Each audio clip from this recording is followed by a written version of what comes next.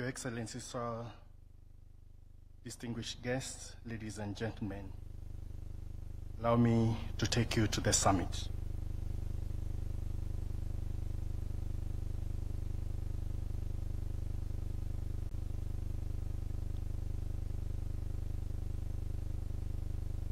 Summon it, please.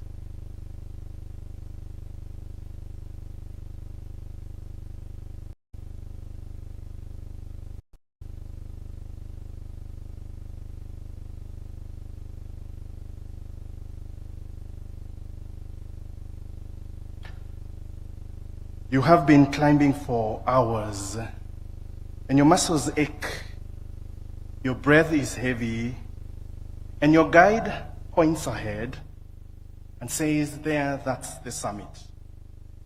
And you dig deep, push harder.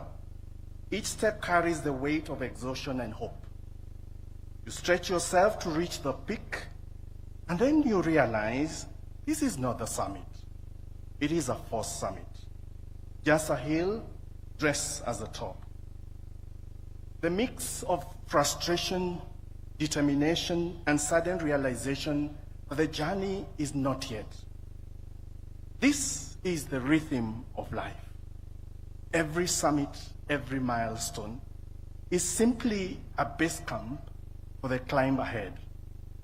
The actual summit, the real deal, is farther, higher, harder. Then think about Everest. The base camp is 5,364 meters, is higher than the summit of Mount Kenya at 5,199 meters. 15 years ago, we stood at a monumental summit, the promulgation of the Constitution. It was a moment that defined our country. We climbed together as a nation, enduring the bruises and the pains of long and difficult journey. And when we reached the summit, we celebrated with pride, joy, and immense hope. But what if, as we mark this milestone today, we acknowledge a hard truth?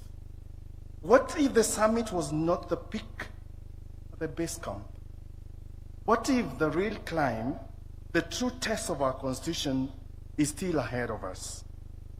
You see, constitutions like summits are not destinations. They are starting points. They give us a higher vantage point to see farther and firmer foundation to climb higher. But the climb itself, that's the real hard part.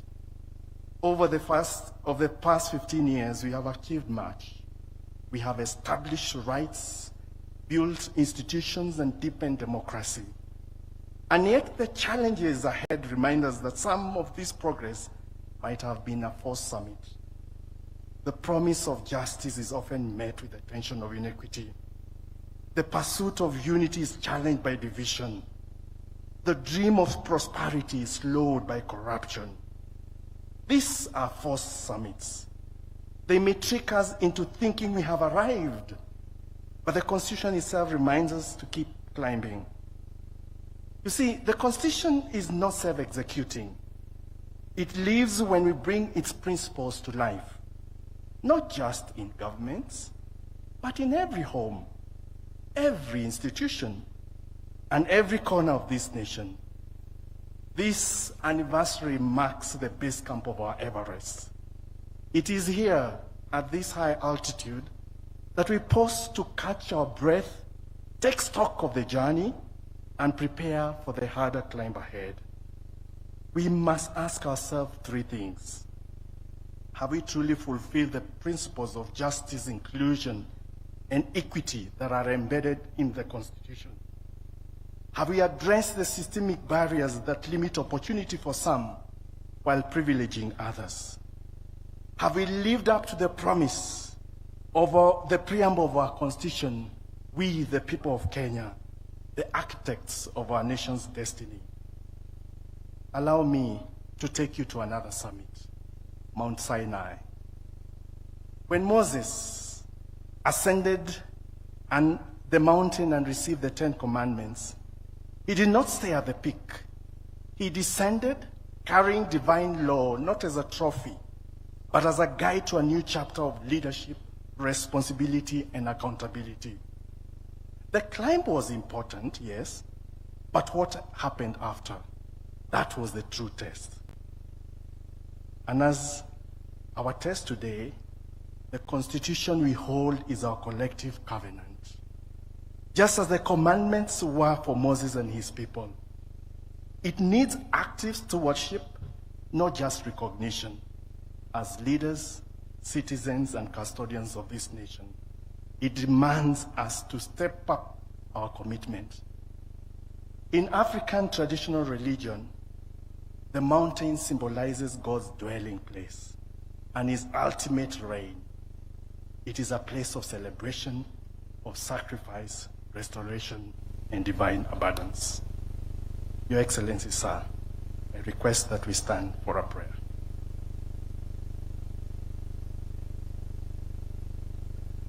God our Father, we thank you for the vision that forged our Constitution, a covenant of hope, justice, and unity. Grant us, Lord, the courage to rise above complacency, to see afresh the climb before us. Where we have fallen short, forgive us. Where we have grown weary, renew our strength. For leaders, inspire integrity. For citizens, stir responsibility. For this nation, ignite passion to fulfill promise of prosperity. May we always climb higher together, bound by trust in each other and in you. We pray in your holy name. Amen. We continue praying. Bismillah, salatu wassalam ala rasulillah wa ala alihi.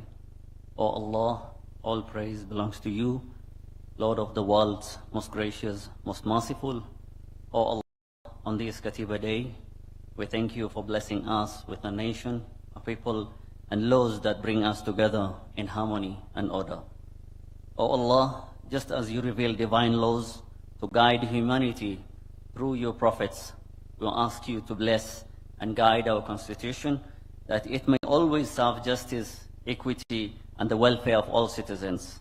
O Allah, we pray for our leaders, our President, the President of the Republic of Kenya, His Excellency Dr. William Samoei Ruto, together with his deputy and the entire leaders of this nation. Grant them honesty, wisdom, and compassion. O Allah, make us citizens who uphold justice, obey rightful authority, and contribute to the well-being of our beloved nation.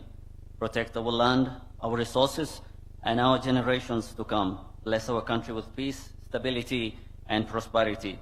In the names of Allah and His beautiful attributes, we hope and pray. Amen. With your permission, Your Excellency, may we take our seats. Your Excellency, sir, at this point, allow me to now call on the Chief of Staff and Head of Public Service, Mr. Felix Koskei, who will now proceed with the program. Tumkaribishe kwa makofi tafadhali. Welcome, sir.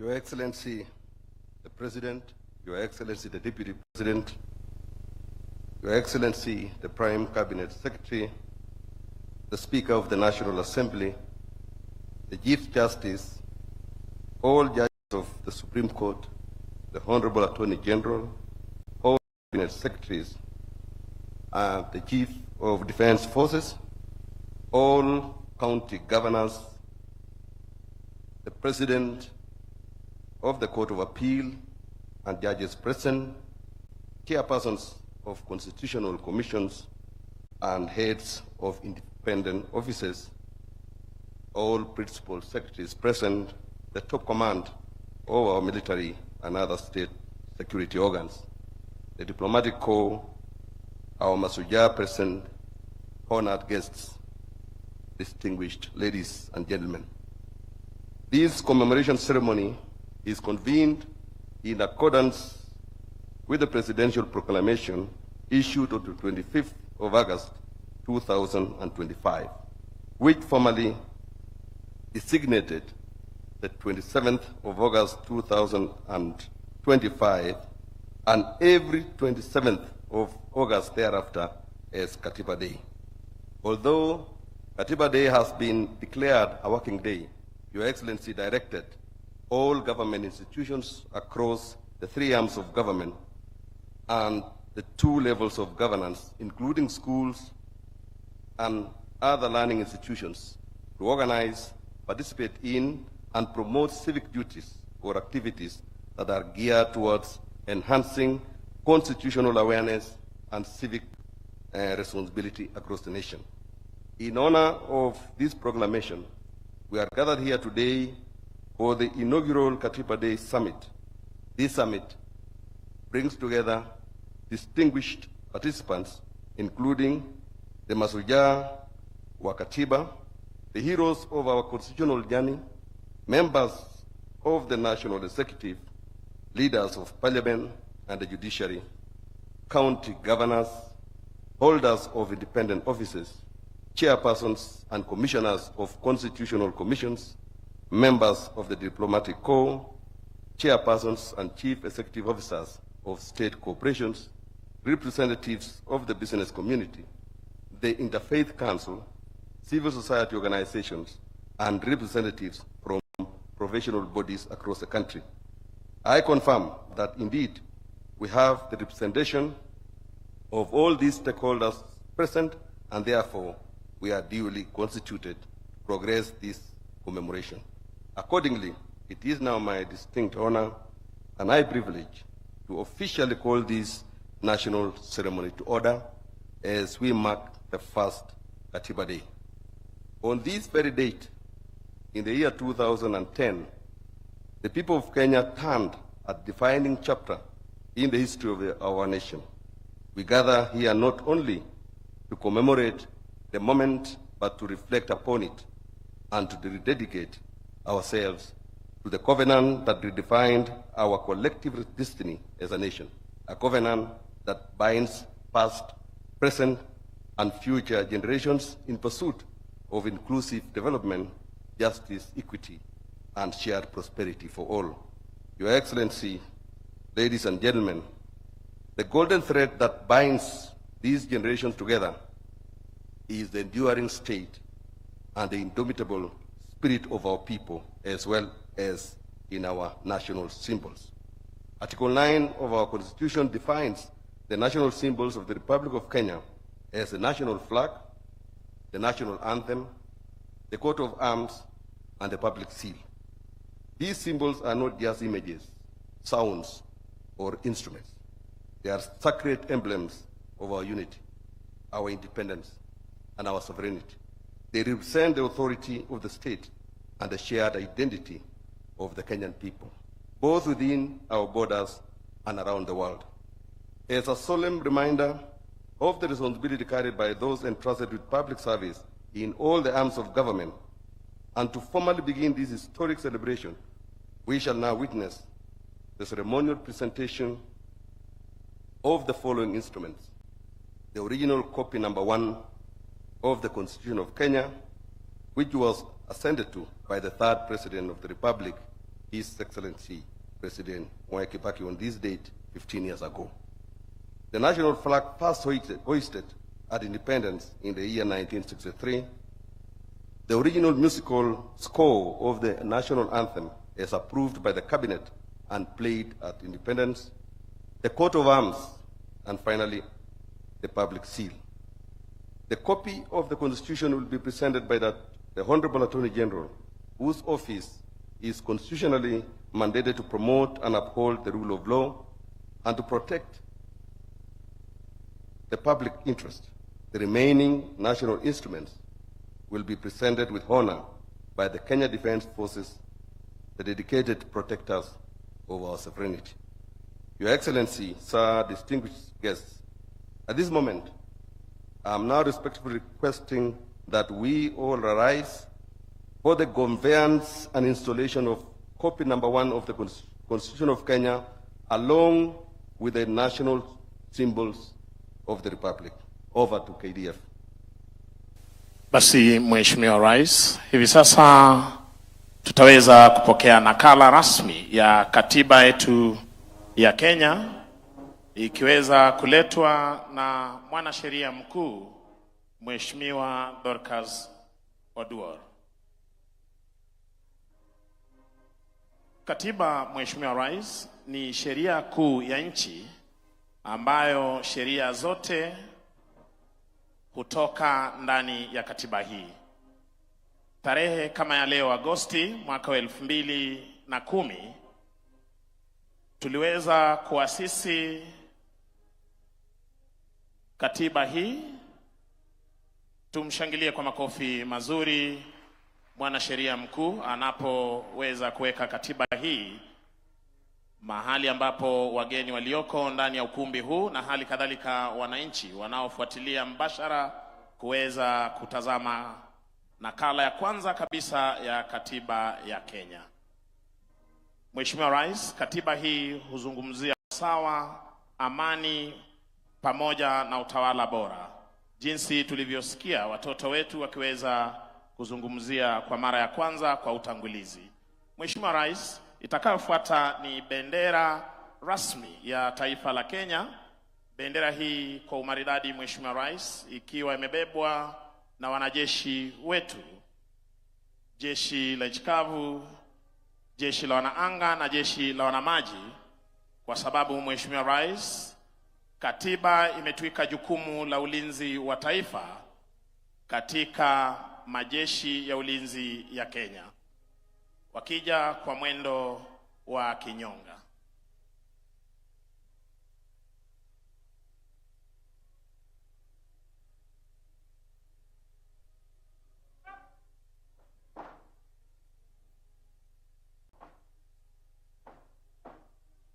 Mheshimiwa Rais, utatazama wakiweza kufungua bendera hii. Rangi ya kwanza kabisa ni rangi nyeusi ambayo inazungumzia sisi kama Wakenya. Kisha tuna rangi nyeupe ambayo huzungumzia amani na umoja wetu. Rangi nyekundu ambayo inazungumzia damu tuliyoweza kuipoteza wakati wa kupigania uhuru, na rangi ya kijani kibichi, Mheshimiwa Rais, huzungumzia masuala ya kilimo na mali ama rasilimali ambazo tuko nazo kama taifa. Tuwashangilie kwa makofi mazuri Mheshimiwa Rais, hii ikiwa ni nguzo muhimu katika vyombo vya mamlaka. Basi wataweza kukunja bendera hii rasmi ya taifa la Kenya kabla kuweza kuondoka mahali hapa.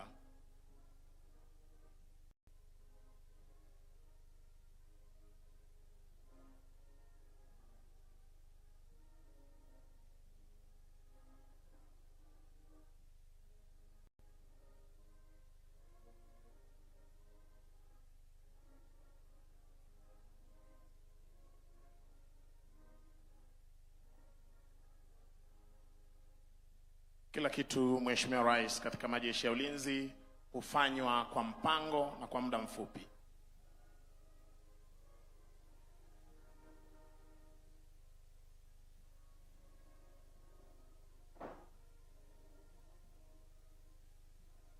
Wakiweza kuondoka kwa mwendo wa kinyonga, kabla ya kuondoka Mheshimiwa Rais, wataweka bendera hii kwenye stand kisha waweze kuondoka.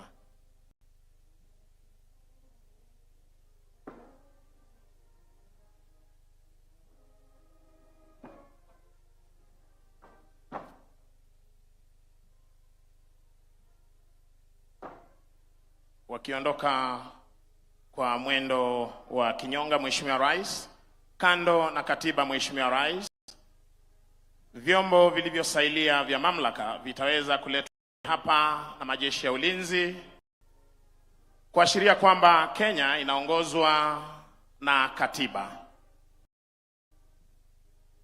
Basi Mheshimiwa Rais, itakayofuata hivi sasa ni Coat of Arms, ambapo tutaweza kuletewa na mwenzetu toka jeshi la wanaanga.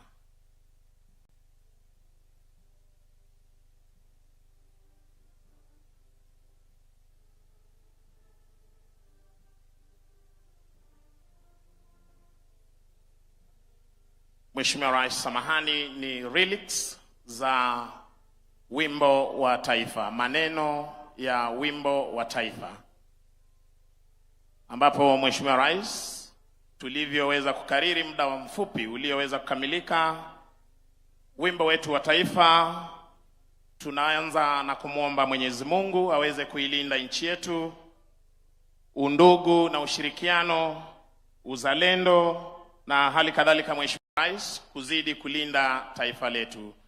Tumshangilie kwa makofi mazuri anapoweka nakala hii ya wimbo wa taifa ama maneno ya wimbo wa taifa kwenye stendi.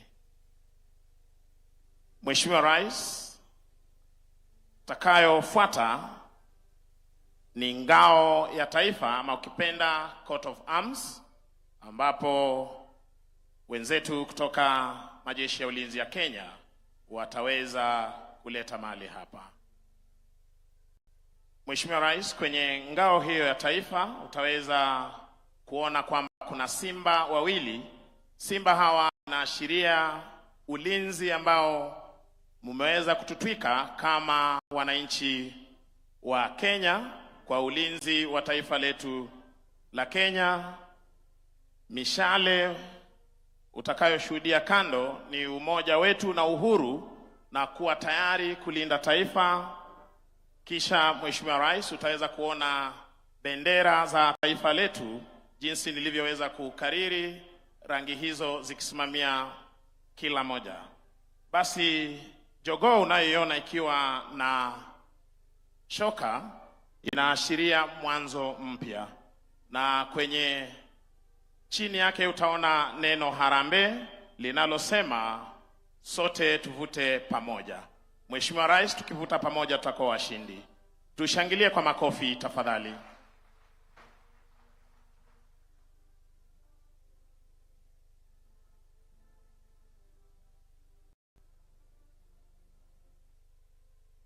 Mheshimiwa Rais, kutufungia wanapoondoka wenzetu wataweza kutuletea na kuweza kuzindua rasmi muhuri wa taifa la Kenya. Muhuri huu Mheshimiwa Rais, ambao huwapa walio uongozini mamlaka ya kuweza kutekeleza wajibu wao kwa niaba ya Wakenya. Unavyotazama Mheshimiwa Rais, wakiweza kuja kwa umaridadi kabisa kuweza kuzindua muhuri huu rasmi wa taifa la Kenya. Na hii leo Mheshimiwa Rais, wananchi pia watapata fursa ya kuweza kushuhudia muhuri huu kwa umaridadi, wakiweza kuletwa na Regimental Sergeant Major ili wakaweze kutekeleza wajibu huu.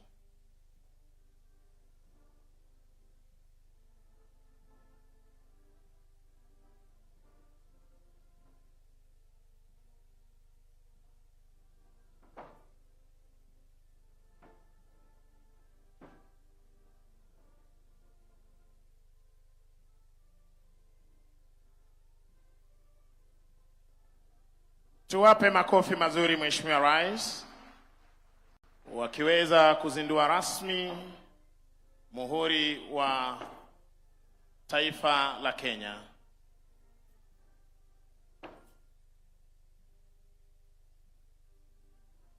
Wanaondoka kwa umaridadi, na Mheshimiwa Rais, wanapoondoka ningeomba kwa heshima tuweze kuketi ili niweze kumwalika Bwana Mike Gitonga pamoja na ndugu Boni Msambi waweze kuendelea na ratiba itakayofuata. Thank you. Your Excellency, ladies and gentlemen, with the instruments of state now duly installed, we can now proceed formally. Your Excellency, the contours of the Constitution of Kenya are marked in 18 chapters. Each chapter represents a pillar in the structure of our democratic state. Before the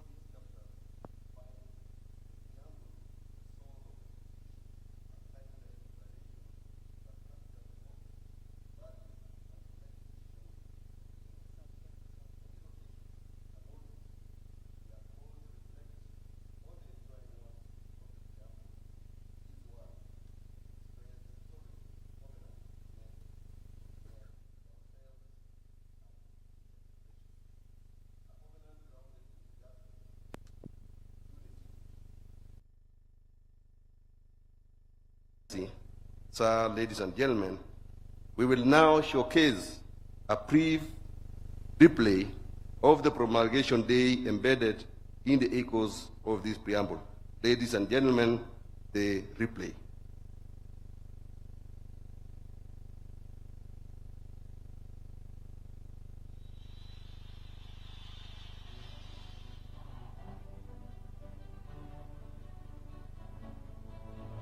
We, the people of Kenya, acknowledge this supremacy, the mighty God of all creation, honoring those who heroically struggled to bring freedom and justice to our land, proud of our ethnic, cultural, and religious diversity, and determined to live in peace and unity as one indivisible sovereign nation, respectful of the environment, which is our heritage, determined to sustain it for the benefit of future generations, committed to nurturing and protecting the well-being of the individual, the family, communities, and the nation, recognizing the aspirations of all Kenyans for a government based on the essential values of human rights, equality, freedom, democracy, social justice, and the rule of law, exercising our sovereign and inalienable right to determine the form of governance for our country, and having participated fully in the making of this Constitution, adopt, enact, and give this Constitution to ourselves and to our future generations. God bless Kenya.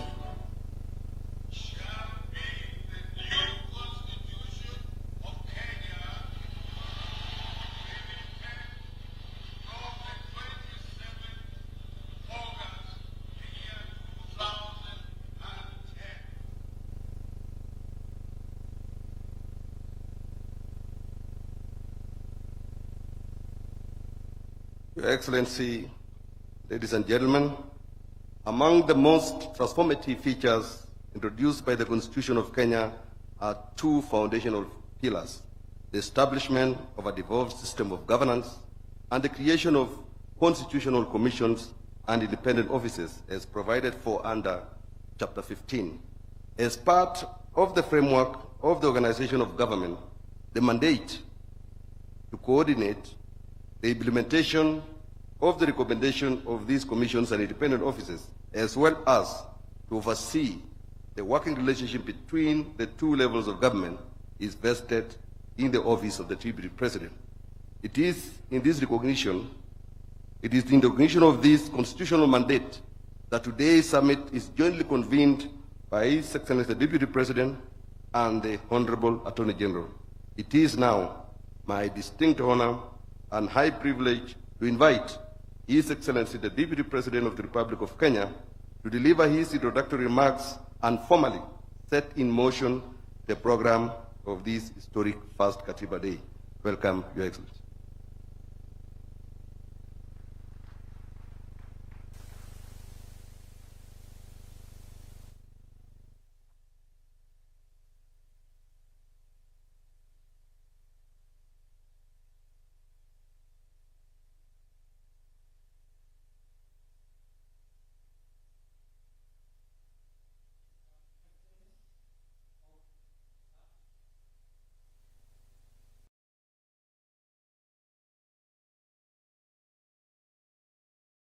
Things in the shortest time possible. The first is that we have a wonderful constitution, which is a product of the labor, effort, and the sweat of many Kenyans for many years. This is the constitution that replaced the constitution we adopted in 1963. The main difference between the two being that the 1963 Constitution was negotiated, adopted on behalf of the people by leaders of the dominant parties at that time. And by dominant parties, I mean dominant political parties of that time. For the 2010 Constitution, first, the process took much longer. It was much more difficult, but more importantly, it involved a lot of participation of the people of Kenya, the people themselves of Kenya, in their representation. Many of that representation directly elected by the people to come to Bomas of Kenya to make a constitution. Over and above those who had been elected through democracy. That marks one of the biggest and most fundamental difference between the 2010 and the 1963 Constitution. While the 1963 Constitution was driven by the voices of dominant political parties, the 2010 Constitution was driven by the voices of masses of people from the grassroots, blending it with the voices of the leaders who were holding office at that time. Mr. President, we are also lucky. Our Constitution sets a very clear hierarchy of the priorities of the nation. And that is the preamble we've just listened to, and that has just been replayed here. That preamble summarizes the national priorities. Those priorities are structured in terms of who calls the shots in our country. If you look at that preamble, the people assert themselves as the supreme human, the highest supreme human organ of constitution making. Unlike the 1963 Constitution, which had concepts like the supremacy of parliament and other concepts which have been overtaken by events today. Interestingly, Your Excellency, I have noted as a student of constitutional law that the same preamble, the people asserting themselves as the highest constitution-making organ, the people, they do recognize two things: that this nation exists subject to a higher authority, the Almighty God of all creation. That part is normally left a lot in constitution making, especially in analyzing the structure of our constitution. But the preamble also has told us downstream, the people who are the highest human constitution making organ have delegated most of what they would be doing themselves to organs of states and to the levels of government that are represented here. Both the organs of state, the three arms of government, and the two levels of government. Your Excellency, that preamble also helps us to understand our national values. We respect the individual, the family, the community, and the nation. That hierarchy, again, of the units that constitute our nation are spelled out there. The other feature, Your Excellency, again summarized in the preamble and elaborated in the many chapters, the 18 chapters that follow, is the feature that talks about intergenerational responsibilities and equity between generations. And the Constitution asserts that no generation is superior than the other. There are obligations of the present generation to future generations in perpetuity.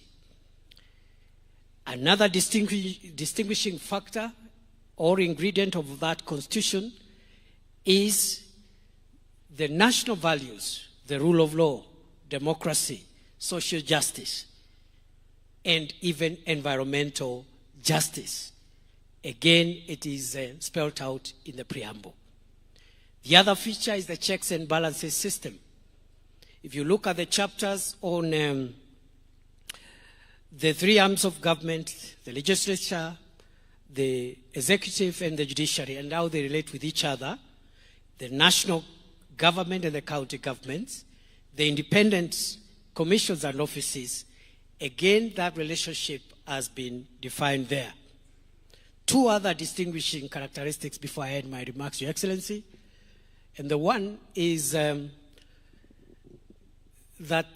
the Constitution creates a very, very paradigmatic shift on the rights and freedoms of the individual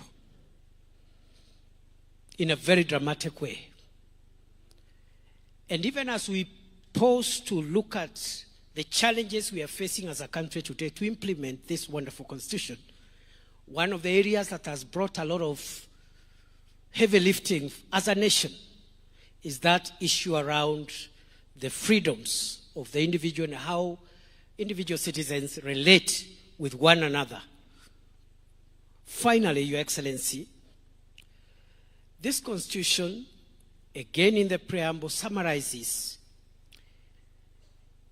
our sovereignty as a nation in two aspects. One is it has said that we must protect the nation and its people so that we can be free from fear and free from want. Those are two important aspects of this constitution.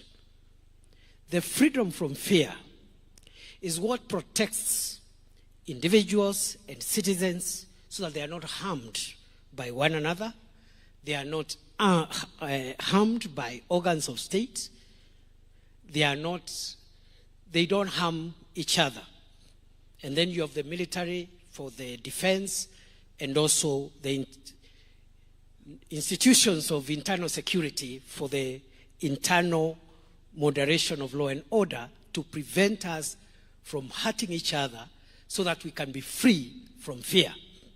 But finally, this constitution is also about our sovereignty so that we can be a country free from want.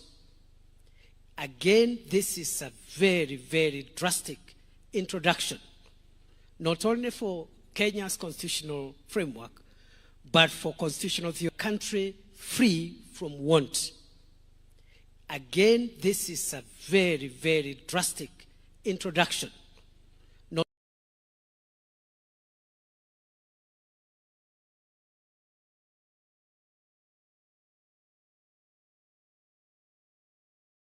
Democracy and the rule of law and civil liberties, without saying, as much as these are important, there are other freedoms that a human being must be free from to actualize their full potential on earth. They must be free from hunger. They must be free from sickness. They must live in dignity. And that is the chapter on the Bill of Rights, on the socio-economic rights, which your administration, Your Excellency, has taken head on to deal with the difficult issues of public health and ensuring every citizen has the highest standard of health, making sure that we, as many Kenyans as possible, live in dignified dwellings which have sanitation, which can pass for dwellings that are of dignity, and so on and so on. The food security programs, the agriculture programs are speaking to our socio-economic rights enshrined in Article 43 that calls on the state to make sure you create access to the services that lead to asserting the sovereignty of the people of Kenya so that they can be free, not only from fear, but they can be free from want. Your Excellency, as I call the panelists who are much more qualified than I am on this subject, I want to say many of the people who fought, labored and sweated so that we can have this beautiful Grunom law, this Grunom, this constitution, are not with us today. They have rested from the sweat and the labors of this world, and they are no longer with us. But their spirit walks with us.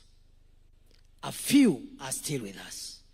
And looking around at this hall, I see many, many of those who are part of this very difficult but important project for recreating a new Kenya.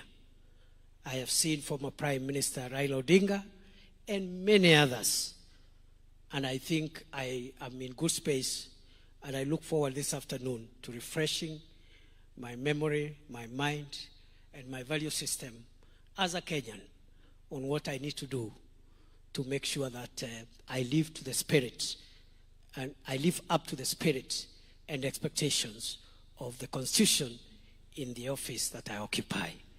With those many remarks, Your Excellency, I've been requested to call the panelists. I don't know where they'll speak from. You give me that program, Michael. Just a minute.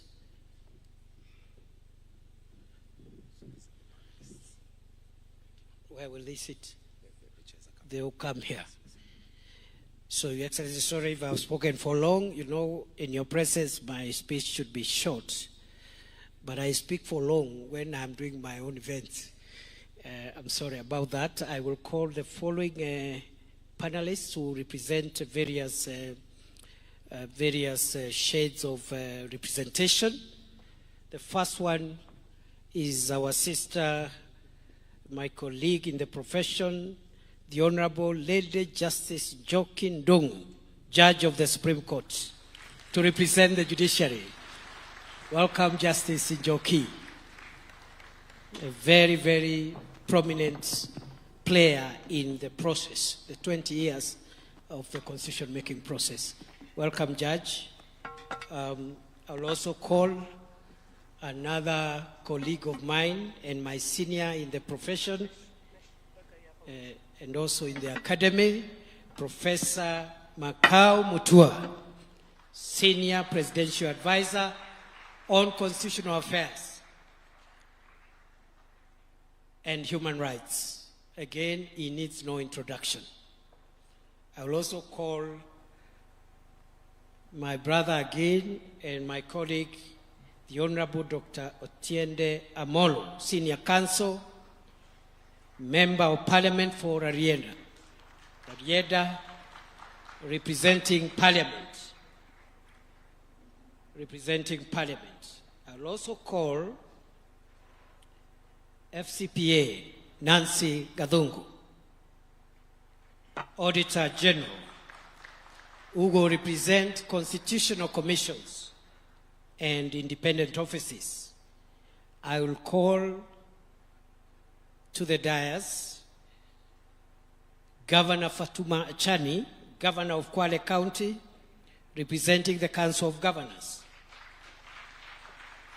And the discussant is going to be again my colleague and my brother, the Honorable Abdikadir Mohammed, Senior Counsel.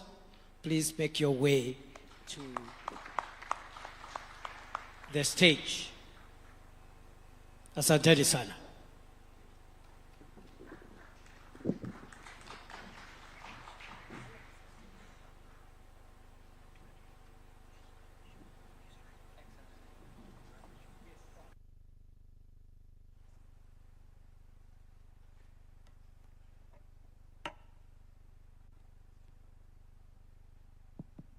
Thank you, Your Excellency. I think we'll go straight into it. Your Excellency, the President, distinguished ladies and gentlemen, our hope is that we're going to have a fairly open, transparent discussion on the achievements and the challenges our Katiba has faced 15 years down the line. For a long time, we have referred to the Katiba as the new constitution. I think the population mean in the country is about 19 years. The Katiba is 15 years old. I think it's fair to say that a majority of Kenyans have lived with this constitution. So they are born after the promulgation of the Katiba. And the Katiba over the last few days has had quite a bit of discussion, Your Excellency, because of your gesture to honor this day going forward. And I wish to thank you sincerely, Your Excellency, for that gesture, because constitutions are ideas, and ideas require ceremony, ideas require norms to take hold. And for our constitutionalism to take hold, we need this celebration. So I want to thank you most sincerely.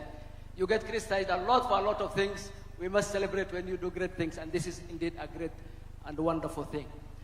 The gentlemen and ladies up here are experts, as His Excellency the Deputy President said, on the matters they're going to talk about. They represent the organizations we have talked about. As we discuss, I'm going to be throwing 1 or 2 questions at them. If you have seen the discussion over the last 1 week, many Kenyans have strong views about our Katiba. Quite a number of them will tell you what they think are the hits as far as the Constitution is concerned, and what they think are the challenges, including on the organizations and institutions. If you ask the average Kenyan, they will have a positive view about devolution, for example. And devolution is represented by High Excellency, the Governor here. And they'll have a positive view, generally speaking, about the judiciary. They might not have a similar view about our parliament. And we said we're going to be transparent, so we're going to be asking the Honorable Senior Counsel about the challenges that Parliament might have faced in implementing the Constitution. So I'm going to start at the very fine. The Supreme Court judge was a member of the Committee of Experts, Your Excellency, and the Deputy President said there were many who took part in the process of constitution making. I'm happy to note that you, Your Excellency, you are a member of the Parliamentary Select Committee, and so was your Prime Cabinet Secretary. And of course, our former Prime Minister was a key player in the process.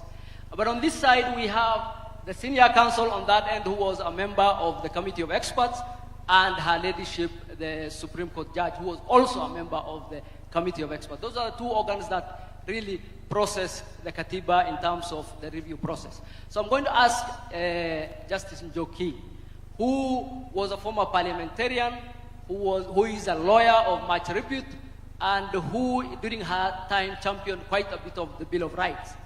What she thinks really the Constitution has delivered for the judiciary, to the point where Kenyans think the judiciary ought to be celebrated. Justice Njoki.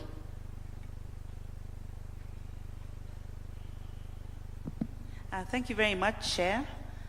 I think that the thinking during the drafting of the Constitution, that the judiciary was a subject matter, that there was trust deficit around the judiciary because most of the judges, or all the judges, were direct presidential appointees. The judiciary had no budget, and therefore Kenyans were very untrusting or distrusting. I think moving from the promulgation of the Constitution of Kenya 2010, we've seen many changes.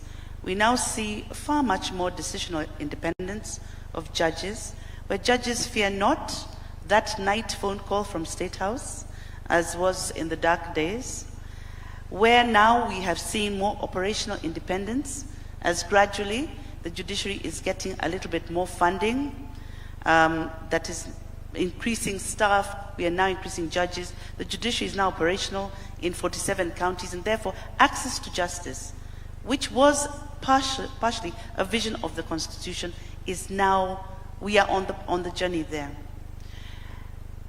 There's also the issue of Kenyans who now come to the judiciary. And people say that Kenyans are very litigious. They come to court on every matter. I think that it should be celebrated. There was a time before the Constitution of 2010 when not all Kenyans could come to court. There was the issue, what we call formally in the legal language, of locus standi. But now, any Kenyan can come on any issue, and they are doing so. And therefore, I do believe that the Constitution is working, and the judiciary too. Thank you very much. A round of applause for her, but I'll still be with her. And we said we're going to be transparent. So indeed, there are also those who see some challenges when it comes to the judiciary in terms of overreach of the judiciary. For example, the gentleman next to me, representing the executive, probably will say they are having it difficult to run the executive because of overreach by the judiciary. There are those who would say that the judiciary has independence, it cannot be touched by any outside party, yet the judiciary shields its officers from accountability. What would be the remarks from the Lady Justice. And I understand you are a sitting judge and your remarks will be circumscribed. I think that the Constitution is very clear in Article 10, where all the national values bind all state officers, those who work in the executive, those who are in Parliament and in the judiciary, that we must follow the rule of law, that there must be transparency, accountability, we must allow participation of the people. Therefore, it is the duty of the judiciary to be the guardian of the Constitution and to defend where any arm of government does not follow the Constitution. That cannot be judicial overreach. That can only be fidelity to the Constitution. There are many challenges, of course. We've seen that as we listen to some of the cases. There are a number of turf wars. You know, some of the cases that come before us, some are between Senate and the National Assembly, others are between the national government and the county government. But those are disputes that we do resolve. However, there is a concern that sometimes political questions are brought to the courts, and courts cannot answer political questions. Courts may only answer judicial questions and points of law, and perhaps therefore the political class ought to be encouraged to resolve political disputes outside of the corridors of the courts. Thank you very much. Let me go on the other side. Senior Counsel, Parliament is the first institution of the Constitution. Much is given by the Constitution to Parliament. It has the power of the purse, it has the power to vet the President's senior appointments, it has the power to make laws, it has the power to summon any and all government organs. Yet, I think I speak for many if I say many Kenyans are not happy with our National Assembly and our Senate, starting from the President and the former Prime Minister all the way to the villages. What is it about Parliament that has not endeared itself to the people as far as the powers given to Parliament by the new Constitution and the powers given by the people to Parliament? Thank you, Session Chair. First, allow me to thank the President for the proclamation. Your Excellency, you'll be surprised when you are watching the ceremony for promulgation. I'm sure you did not see the committee of experts anywhere. We were 9 of us, 3 international experts, 6 local experts. Our chair has since passed on, the Honorable Nzamba Kitonga AC, and I'm praying that he might be recognized posthumously. But as soon as we released the final text of the Constitution to the government printer, nobody remembered us. We didn't even have a seat. So it is today that now I have a seat. So I thank you 15 years later. Njokindungu will tell you, Professor Sempebwa brought his wife all the way from Uganda and could not sit.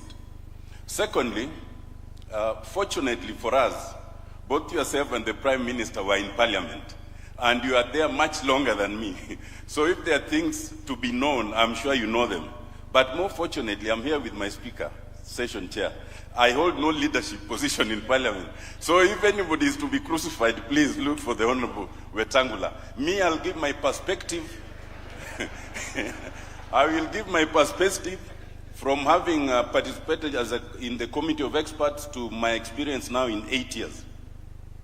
First, I am the first to concede, and I've said this and I've conceded it in public, that I don't think we are doing well in Parliament, especially the 13th Parliament. I am not here to apologize. But just like all other branches, there are successes, but there's work to be done. At least in our favor, 15 years down the line, we still have a bicameral Parliament. 15 years down the line, we've held elections regularly. We are still able to vet. We are even able to impeach, as we recently did. So at least it is there. But there are 2 problems that I see. One is historical and one is institutional. The historical one, Chair, you will remember, is the problem between the National Assembly and the Senate.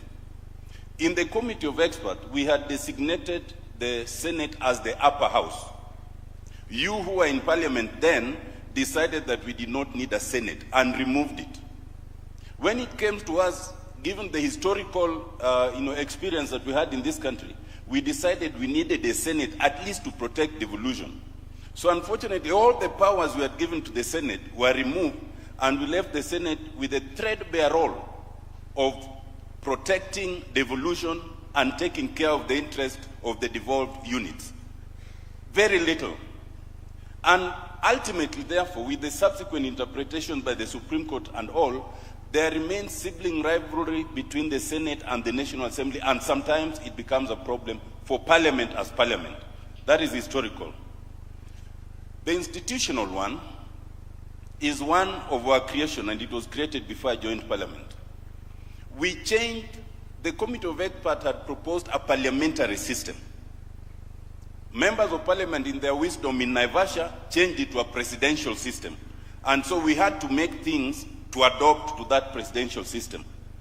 Whatever we made to adopt to the presidential system does not seem to have been reflected in the structure of politics.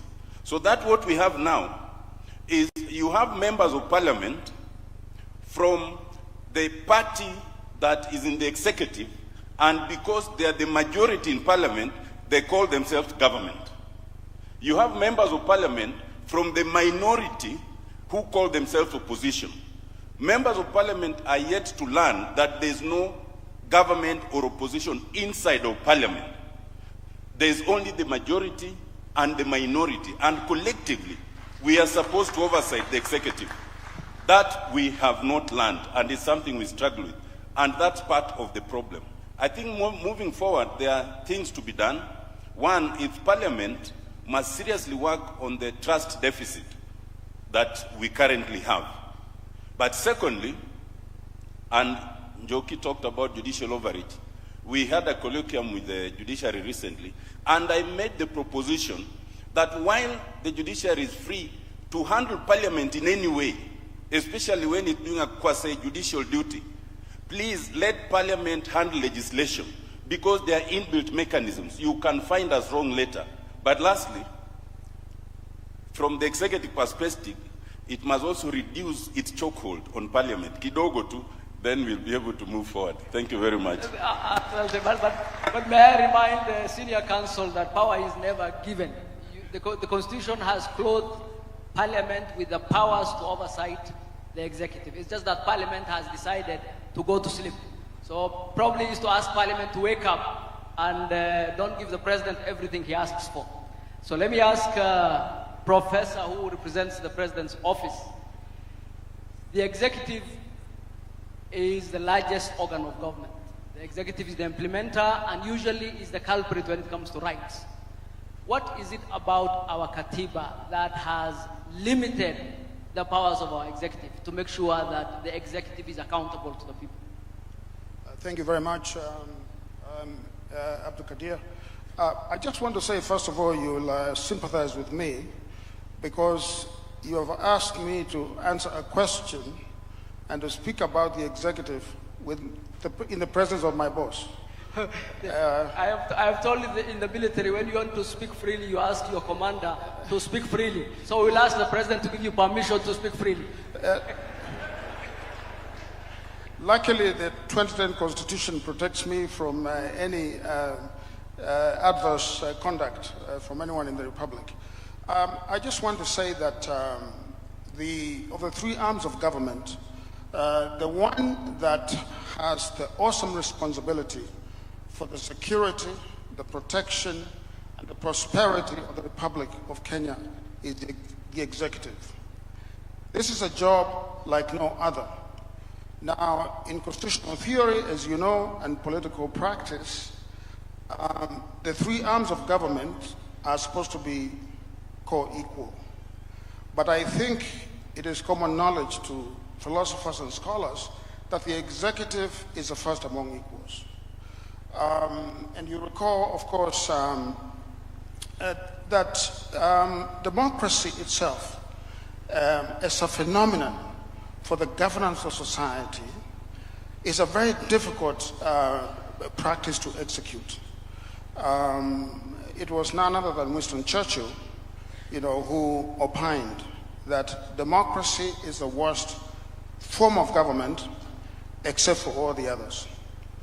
Meaning that of all the systems of government, democracy is not perfect, but it is better than all the others.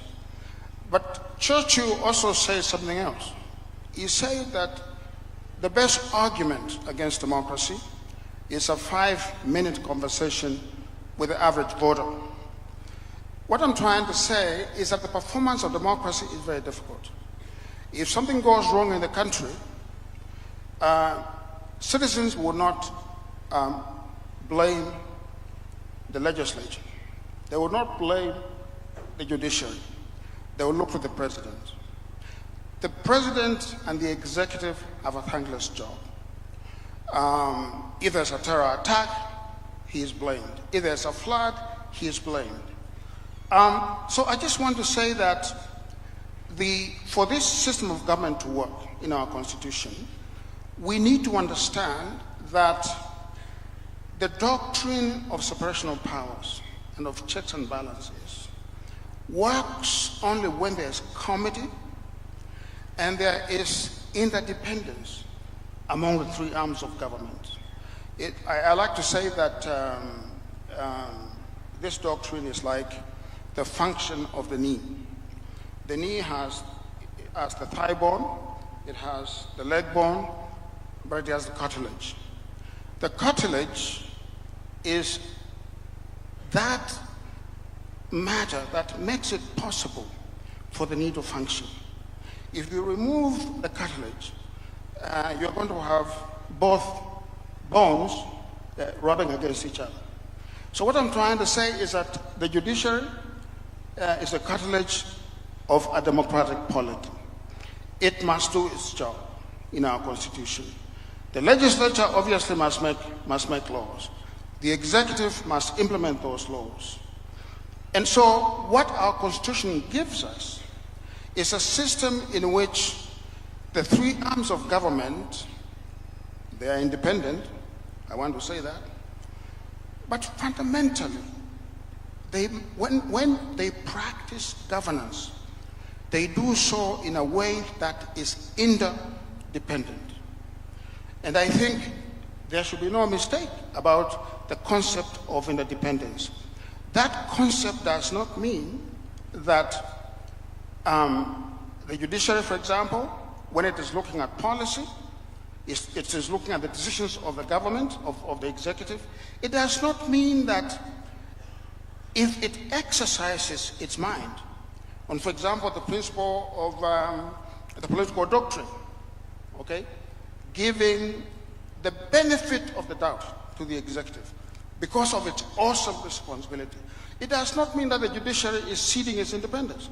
It means that it's understanding how the system works. The system works in a give and take way, and the system works only when there's comity among the three branches of government. I just want to say also, because of recent conversations that have taken place, that the legislature itself, it represents the people. So, in a sense, the legislature must be almost as clean as Caesar's wife. Okay? And I have seen, and I want to say this in front of everyone here, I have seen a reaction by the legislature when it was called out on the question of corruption. I have to say that their reaction really could have been better. Instead of looking inward, which is what our constitution demands, they became defensive and looked outward. Yeah? The judiciary, similarly. Obviously, the executive as well. But I think fundamentally, there has to be this working committee between the three arms of government. Thank you very much. Thank you very much. A round of applause, please, for a good professor. And I hope the president will not take any actions against him if he has spoken too freely. Let me go to the auditor. Our old constitution had the controller and auditor. Yours is now the auditor. Many Kenyans are happy with the reports you produce, and many Kenyans have a positive view generally about the auditor's office. What is it about the Constitution that has helped your office come into being and exercise those powers to the point where many are happy with what you do? Thank you very much, Moderator, Your Excellency. Again, I join my colleagues here in recognizing the importance of this day. It heralds a new era that moving forward, hopefully, we shall put the Constitution at the front of all decisions and actions that we take as government. To answer the question concerning the Auditor General, we'd have first to demystify and remove the misconception concerning constitutional commissions and independent offices. Most of the time we hear people referring to the CCIOs, as we call them, as competitors to the governance structures already established, or as a fourth arm of government. That is far from the truth. Constitutional commissions and independent offices are not a fourth arm of government. They are intermediaries between the people and the three arms of government as established. And why do I say this? Allow me to go to Article 249. And this will also answer the question on the role of the Auditor General. If you look at Article 249, and the experts are here, two of them, it is demanded of us as CCIOs that we protect the sovereignty of the people. So the work that we do, the established constitutional commissions and independent offices are demanded by the Constitution to protect the sovereignty of the people. And why is that article there? It means the Constitution contemplates that the sovereignty or the sovereign power of the people as guaranteed by the Constitution may not always be safe or may not always be observed when the people delegate such power to the three arms of government who are ideally supposed to be independent of each other, whether at the national or at the sub-national level. And as CCIOs, we are tasked to protect that sovereignty through our various mandates, including the audit of how public finance is being applied in the actions, in the activities, in the policies, in delivery of services, and also in sustainable development, and report on this. But of course, the Constitution also contemplates that there will be action taken on this. We are also required to secure the observance by all state organs, and all state organs includes the constitutional commissions and independent offices on the democratic values and principles. And that means we recognize that as a democracy, the ultimate power rests with the people, and hence the constitutional requirement under the various articles for the participation of the people in the decisions and actions that affect their lives and their livelihoods. And the decisions and actions that affect the people's lives and livelihoods utilize public resources, whether in form of funds or whether in form of our other wealth within the country. So the Constitution did not envisage the breach of this requirement or tokenism or superficial gestures or symbolic action on public participation. And the judiciary has pronounced itself on this. And we can challenge Parliament, and the Speaker is here, that we need a law and we need regulations on public participation. Point of reference. So, with regard to the work that I do as the Office of the Auditor General, we follow the money that Parliament appropriates, because the money is appropriated by Parliament, the money is oversighted by Parliament, and Parliament reports back to the citizens on how the funds that they have appropriated has been utilized for the benefits of those they represent. So the Office of the Auditor General is established as an arm of Parliament or as an independent oversighter that links directly to the people on how their resources have been utilized. So it is not an easy job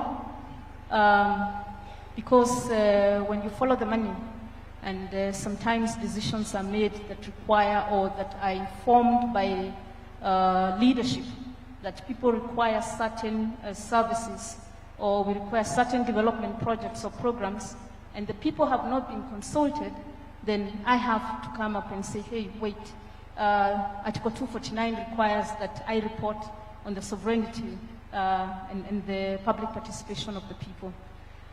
We have seen some improvements in terms of implementation of audit recommendations with the discussions with the head of public service on how issues should be addressed within the various state departments and within the various state-owned enterprises, and of course drill down to the sub-national level. We have seen more interest in what issues are being raised, what risks are there, what internal controls need to be established, so that at the end of the day, there is meaningful development and there is quality and sustainable service delivery. Thank you. Thank you. Please give her.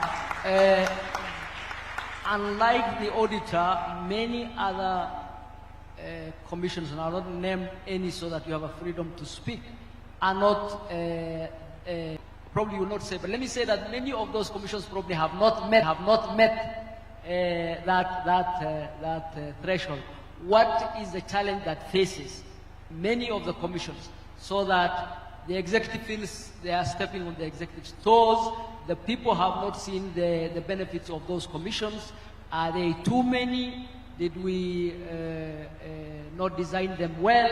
Why do you think the commissions have not performed as well as hoped? Thank you. We have to go back to what I said earlier, the perception that constitutional commissions and independent offices are competitors with established governance structures, especially within the executive. We have a lot of overlapping mandates where you find the executive state departments do not want to let go of functions that purely belong to a constitutional commission and independent office. And therein lies the problem, that the funding that should go to a constitutional commission to carry out its mandate continuously and effectively is first of all not there. And then there are perennial disagreements between particular state departments or other agencies on the role and mandate of constitutional commissions and independent offices. However, there have been a lot of successes. And we've seen, and unfortunately, sometimes other agencies take credit. If you look at some of the work that's done, for example, by the National Land Commission, you'll find that when it comes to discussions in public, it is the Ministry of Lands that will be at the forefront. My good friend Alice is looking at me. If you look at, for example, when we are dealing with the teachers in the country, you will not hear the Teacher Service Commission being mentioned. You'll hear the Ministry of Education. But the boardroom discussions and the decisions made to ensure we streamline education is under the Teacher Service Commission, including many others. You look at the Controller of Budget, and I think you asked why now Controller of Budget and Auditor General. It was part of ensuring there was independence.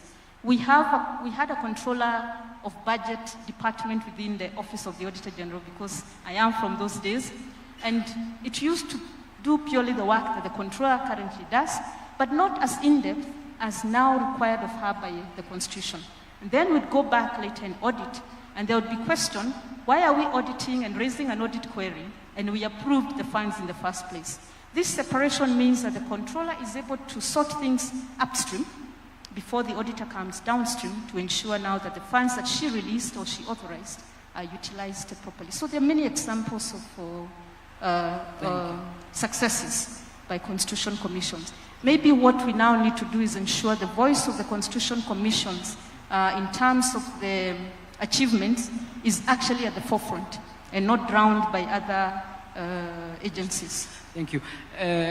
Your Excellency Governor, there is no doubt that majority of Kenyans view devolution as the most successful new addition that the Katiba 2010 delivered. Many have, in fact, many call it the heart of the Constitution. What do you believe devolution has delivered for the people to get that kind of kudos from our people? Okay, thank you so much, Moderator. I must say I congratulate the drafters of this Constitution, and that is why I'm sitting here. It's because of it's the fruits of the Constitution. You can't imagine a girl from a marginalized community sitting as a governor and sitting before a committee of experts. That's a milestone, and that's why I'm saying the Constitution has immense gains compared to the challenges. Devolution is one of the gains of the Constitution, and it has brought governance, and it has promoted equity, inclusion, and also local development. If you look at the county governments, you can see in some areas, after 50 years of independence, they are now taking tap water for the first time since independence. We can see in health, the first years in Mandera was done during devolution. That's progress. Looking at Coast Region, the whole of Coast Region, we only had one facility serving as an ICU center. That is Coast General Hospital. But because of devolution, I have an ICU center in Kwale. We have renal units. I have an oncology center. So devolution has brought a lot of change. It has given people opportunity to participate, to propose what they want. We've given our people the opportunity to decide on what they want the government to do. And that's why we've seen a lot of changes in counties in terms of health, ECDs, like in my county, from 0 ECD to 540 ECD centers, from 0 ECD teachers to around 900 ECD teachers on permanent and pension basis. And this is happening all over the country. In terms of economy, the local economy has grown. Looking at my county, we have over 200 women and youth group companies who are doing business with the county government. It never used to happen. It's happening now. So devolution is a real thing which the Constitution brought to the people of Kenya. Asante sana. Now, with good things comes challenges. There are those who view governors and officials of the counties, or let me put it this way, how would you suggest we address the rampant question of misuse of funds at the county level? Okay, thank you. I must say, I don't know what's happened. It's like everybody's looking at the county government, and the money is all over the country. But you look at everybody condemning and criticizing county government when it comes to corruption. I want to call upon Kenyans to go and see what is happening in counties. True, the Auditor General does audits of all our books. So when you talk of corruption, unless the Auditor General does not do her work. But because they do audits, where does the corruption come in? So as counties, it's unfortunate that each and every time they talk of governance, they talk about corruption. There's so much, there are a lot of challenges which we are facing as county government, but all in all, counties are doing a lot of work. Thank you very much. And I agree with you, it's because of the transparency. Everybody knows every shilling that comes to the counties. Just like CDF. CDF, for those who have been in employment, will tell you is one of the most useful use of the shilling. The Kenyan shilling, one of the most useful uses is CDF. But because of its challenges in terms of the constitution, and because it's so transparent, it attracts a lot of negatives. But so are counties, and I agree. I think that's a good thing. I think it's good to accept that the challenges are there and see how we can address. Let me say that our Katiba came with a lot. Constitutions are generally about limiting power. They're about limiting the power of the government.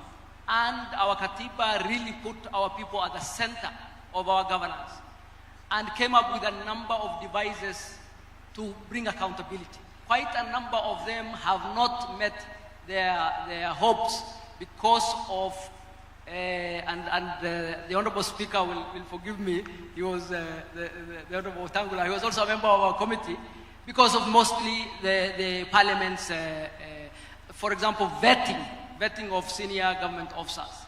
Many would have hoped that there is far much more stringent vetting. For example, the recall of MPs, essentially in my opinion, between the legislature and the judiciary, it's not possible right now easily to recall MPs. And quite a number of the devices the Constitution has proposed have not really seen the light of day as designed.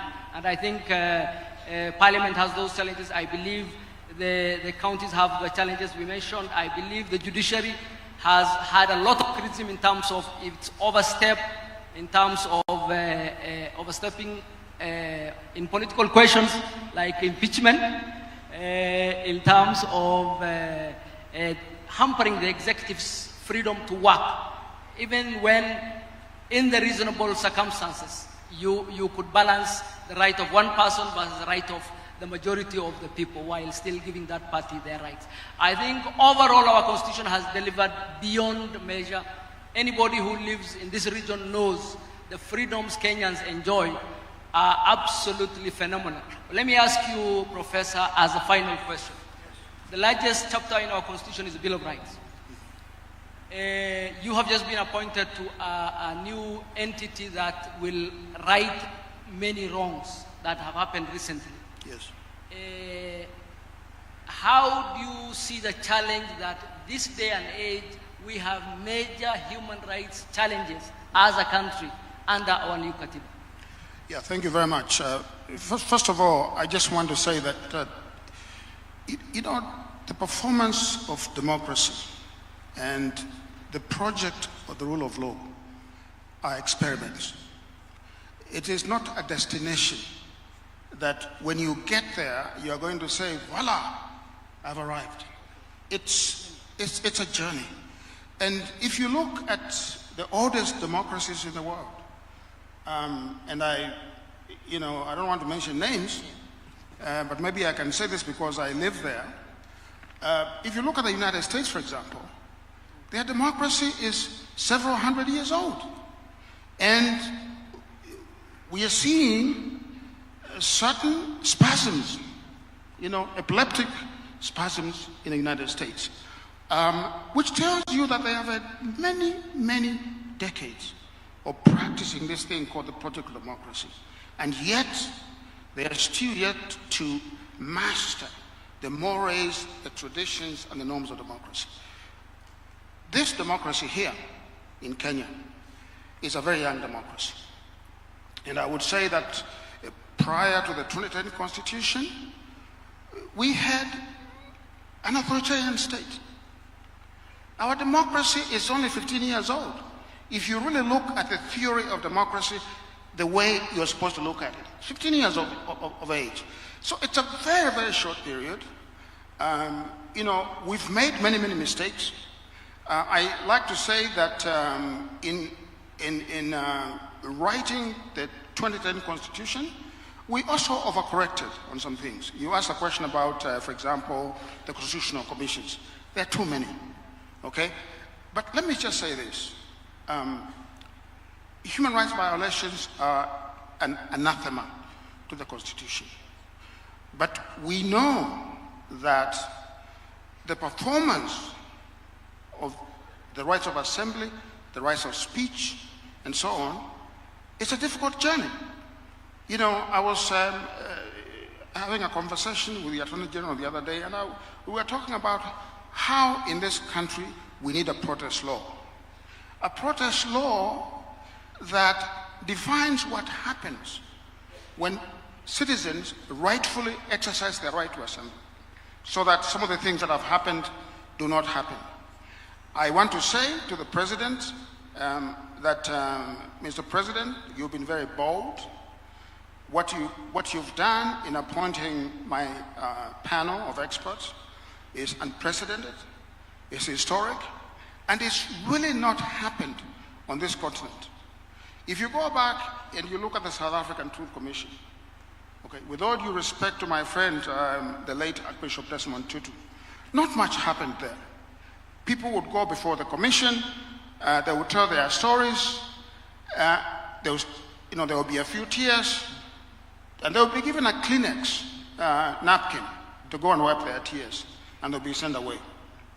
What we are doing here with the action by the President, we are doing the first limb of giving justice to the victims. Thank you. Thank you very much. Could we clap for everybody? Let me just finish, because I think it's important for me to say this, because there have been some questions. That is the first limb of justice. Compensation is an aspect of justice. We are not saying that we will not go further and make recommendations. For example, how do you reform our security and police and law enforcement to make sure that they understand what their role is?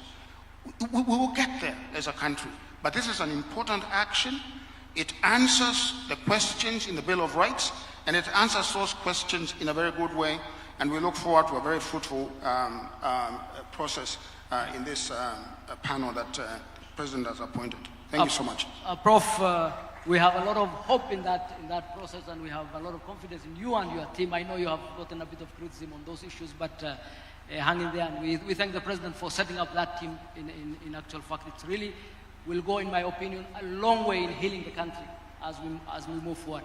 Many don't know that the President and the Honorable Karua were the most active members of the Parliamentary Committee. If you look at the Hansard, the number of people who proposed or seconded, there is no doubt who will come top and second in that list. The President took a lot of energy when we were doing the Katiba, and we thank him for this function. Let me say that... Can I say something?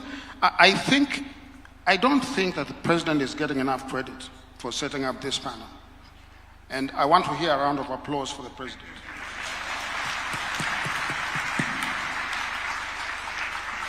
Thank you very much. Let me bring it to a close because the President has to speak on many other items on the agenda. Let me thank the President for setting up this day. Let me thank the organizers for putting it together. Let me thank my panelists for a wonderful presentation. Could you give them a round of applause, please? Asanteni sana. Thank you very much.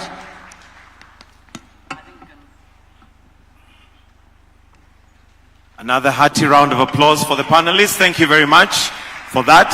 And we'll just have a slight transition, Your Excellency, as I will now invite, after the song that we're going to sing, Honorable Dorcas Odor, who's going to facilitate the next session. But for now, I'd like us to maybe even just stand up and stretch a little bit as we sing a song that is going to be led by the State House Choir. It's a song that is familiar to many of us and will bring nostalgia in terms of remembering where Kenya has come from. The name of the song is Heko Jamhuri.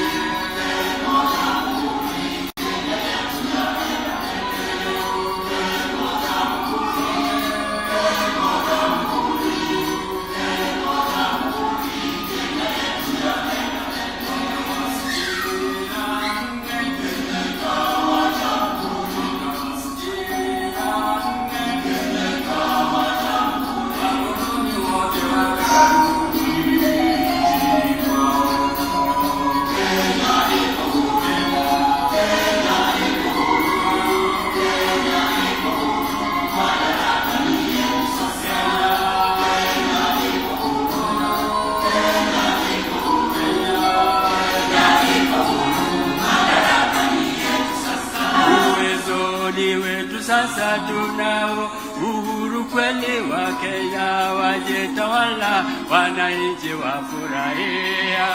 Kenya iko huru, Kenya iko huru, Kenya iko huru, madaraka ni yetu sasa. Kenya iko huru.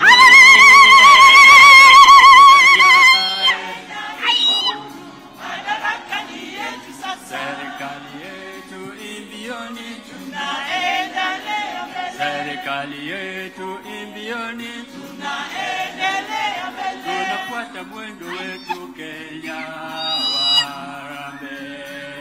Moto moto Kenya, moto moto Kenya, moto moto Kenya, serikali yaenda mbele, moto moto Kenya.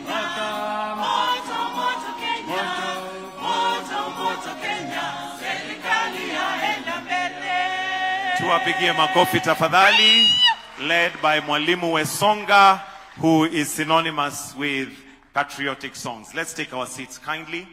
Your Excellency, with your permission, allow me to now call on Honorable Dorcas Oduor, the Attorney General, who is a facilitator for the next session. Welcome. Tumpigie makofi akija tafadhali. Karibu.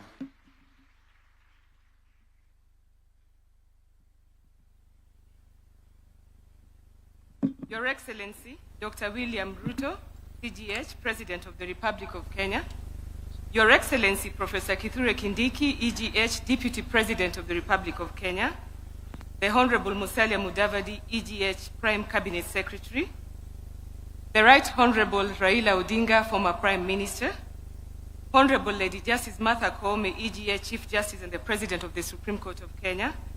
The Right Honorable Dr. Moses Wetangula, Speaker of the National Assembly, and the Right Honorable Amason Jaffa Kingi, EGH, Speaker of the Senate.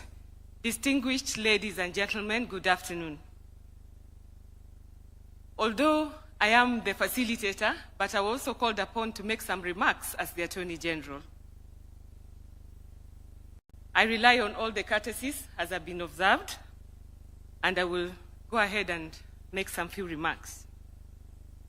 The Constitution of Kenya puts Kenya on a firm path of constitutionalism and the establishment of a constitutional democracy.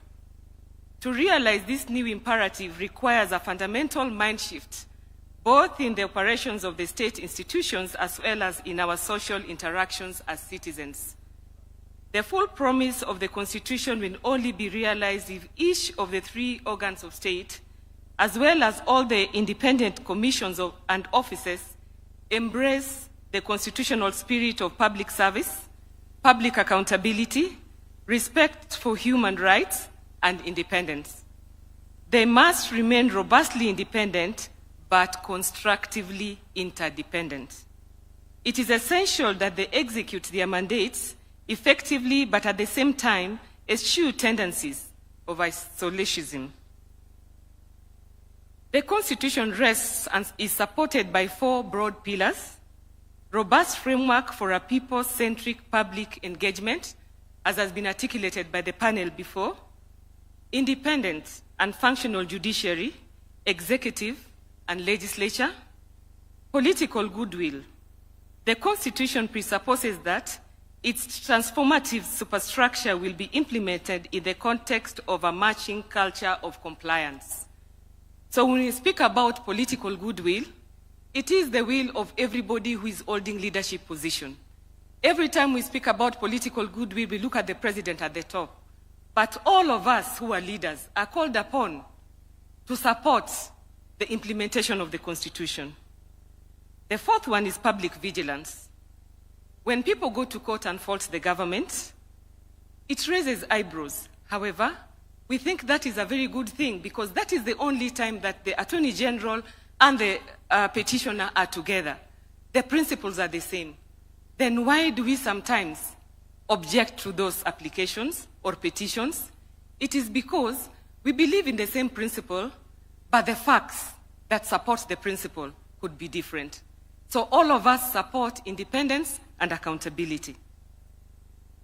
The institutions represented that will speak this afternoon must carry the burden of delivering services to the people of this great republic, even as they bathe in the high-minded ideas of independence, separation of powers, checks and balances that are so well elucidated in our progressive constitution. These are not concepts introduced to invite division or supremacy battles between manning organs and institutions of the state.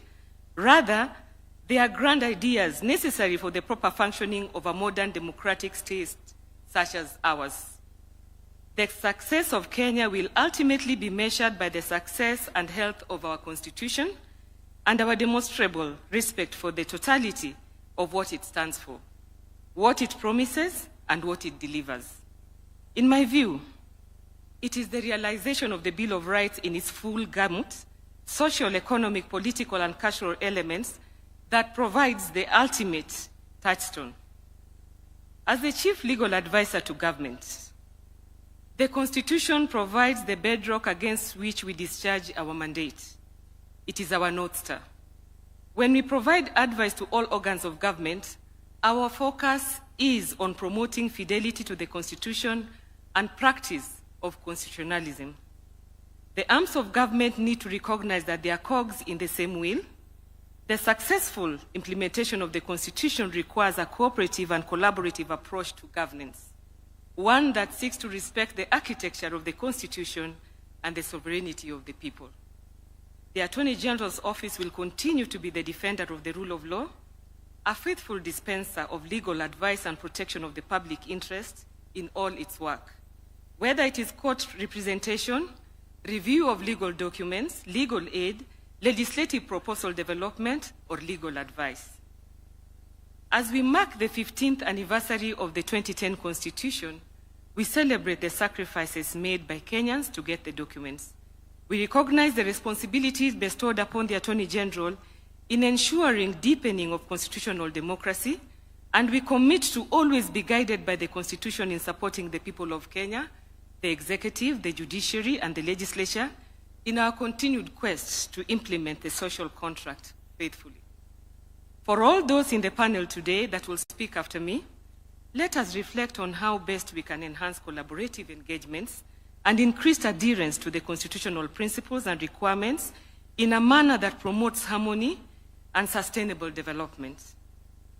As the Attorney General, I'm honored to steward this reflection segment on Katiba Day Constitution at 15. Today marks not only a celebration, but a moment of honest stock-taking.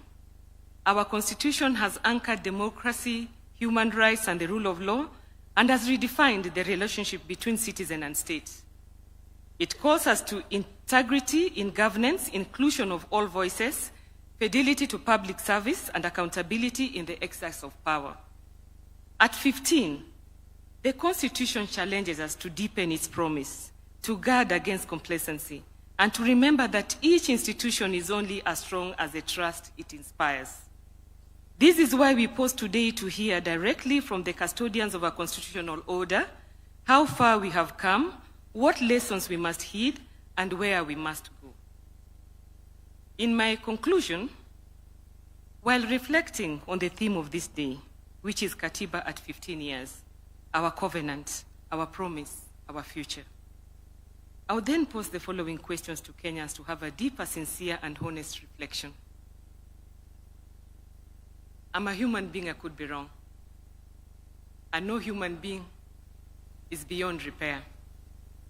The first question, is devolution working as was envisaged by the framers of our Constitution? The second question, why is there more wastage of public resources at the county level as observed by the Auditor General in the various reports, yet there are more accountability mechanisms, checks and balances institutions established at both national and county level? The third question, why would we allow the electoral cycle after every 5 years to be the determinant of the calls for constitutional reforms? The fourth question, is it then time for us to audit, review and evaluate the Constitution to see whether it is working or not working as intended by the framers of our Constitution? Somebody might ask, what is the Attorney General doing to realize the aspirations of the people and the provisions of the Constitution? We have 4 major interventions as the Office of the Attorney General, and in our pursuit of the full realization of constitutional gains, the Office of the Attorney General has initiated a series of interventions designed to bring the Constitution closer to the daily lives of the people. When I was being sworn in, His Excellency the President challenged me about access to justice, decentralization. Access to justice is in the Constitution, but it is not self-implementing. It has to be invoked. How do the people invoke it if there are no equality of arms? So the Office of the Attorney General is operationalizing legal aid and public defender, which is already housed at the Department of Justice. And on the 1st of November, Your Excellency, the Office of the Attorney General will operationalize legal aid in all the 47 counties, with the 2 state attorneys giving legal aid to indigent at the county level. We have already employed 90 state counsel. They have gone through Kenya School of Government. Graciously, the Chief Justice is interning them for 2 months. We will pilot children in conflict with the law. That is criminal because of their liberty, probate and administration, and land cases. If we do well, we will justify, enhance budgetary allocation so that we can broaden the subject matter and enhance the capacity of the OAG. Secondly, when I took office, we were in 13 counties. I'm happy to report, as required under the Constitution, that each government organ must be in every county level. We are now at 33 counties, and by the end of this year, we hope to be in all the 47 counties. To enhance constitutionalism, to sensitize the public, and as part of legal aid education and information, the Office of the Attorney General in a month's time will unveil Human Rights and Rule of Law Training Chamber on 8th floor, where we hope to sensitize and educate all of us on our human rights, on our rule of law responsibilities and rights under the Constitution. An informed citizen of the law will be a better citizen and a law-abiding citizen. The 4th intervention is digitization for purposes of transparency and accountability. The Office of the Attorney General is fully digitizing all the public-facing departments. His Excellency the President challenged all cabinet secretaries, and we were asked, how do you carry the people with you? I believe that by these 4 initiatives, we will justify how we are carrying Kenyans with us as the custodians of your rights, rule of law, and human rights. With those few remarks, allow me to now shift as the facilitator. And as we reflect on this covenant, I'm reminded of the words of the late Chief Justice of South Africa, Ismail Mohammed, who observed that the Constitution is not a mere set of technical prescriptions. It is a mirror reflecting the national soul, the identification of our people's aspirations, their spirit, their soul. Indeed, our own Constitution was born out of deep struggles and sacrifices, an embodiment of the soul of Kenya. It is fitting that we begin with the collective guardians of oversight and independence, and now invite Mr. Gashom Otachi, EBS, Chair of the Forum of the Constitutional Commissions and Independent Offices, and Chairperson of the National Land Commission, to deliver his remarks.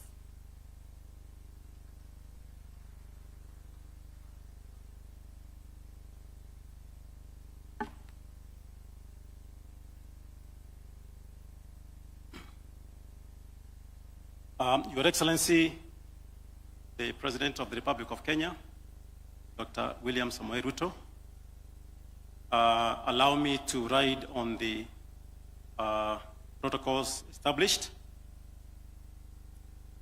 Your Excellency, let me start by applauding you for this engagement, a very important engagement.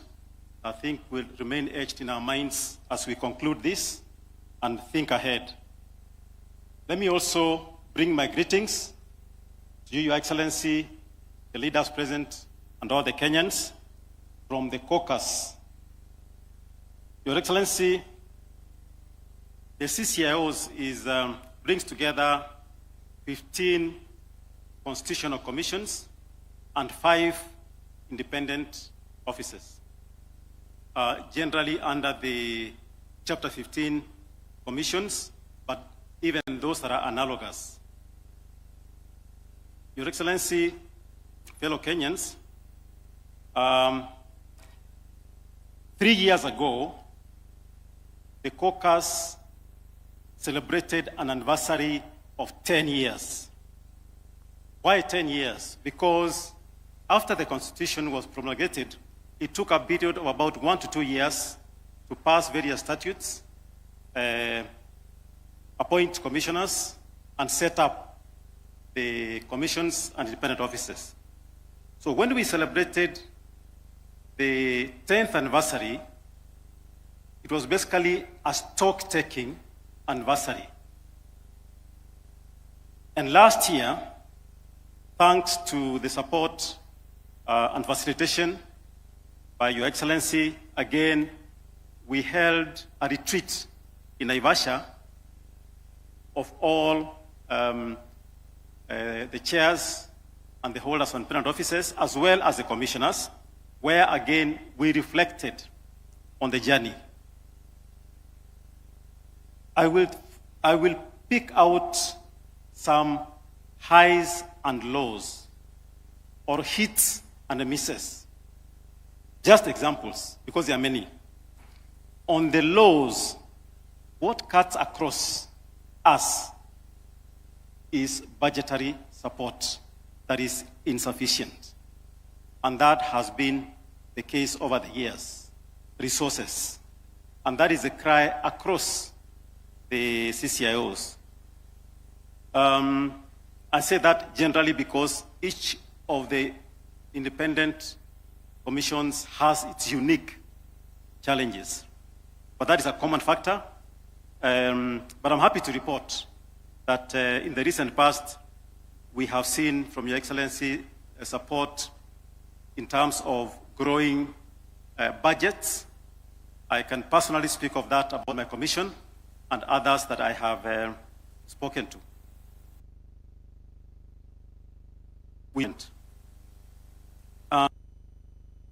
Broad issue was one of mandate. There's a continuing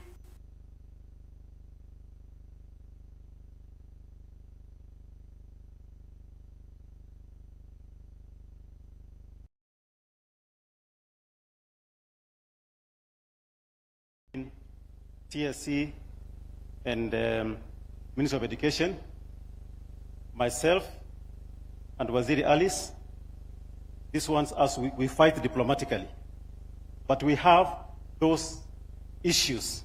And I'm saying that in a general sense because they are not necessarily individual battles. It's a question of trying to understand, according to the law, where your mandate starts and ends. And at times, it has to do with the legislation. At times, it's a question of not being able to understand where, really, if the law is interpreted properly, where you fit. Occasionally, it's deliberate. But that, again, cuts across. So I was just speaking on two aspects of what you consider the laws. Focusing on the highs, the hits.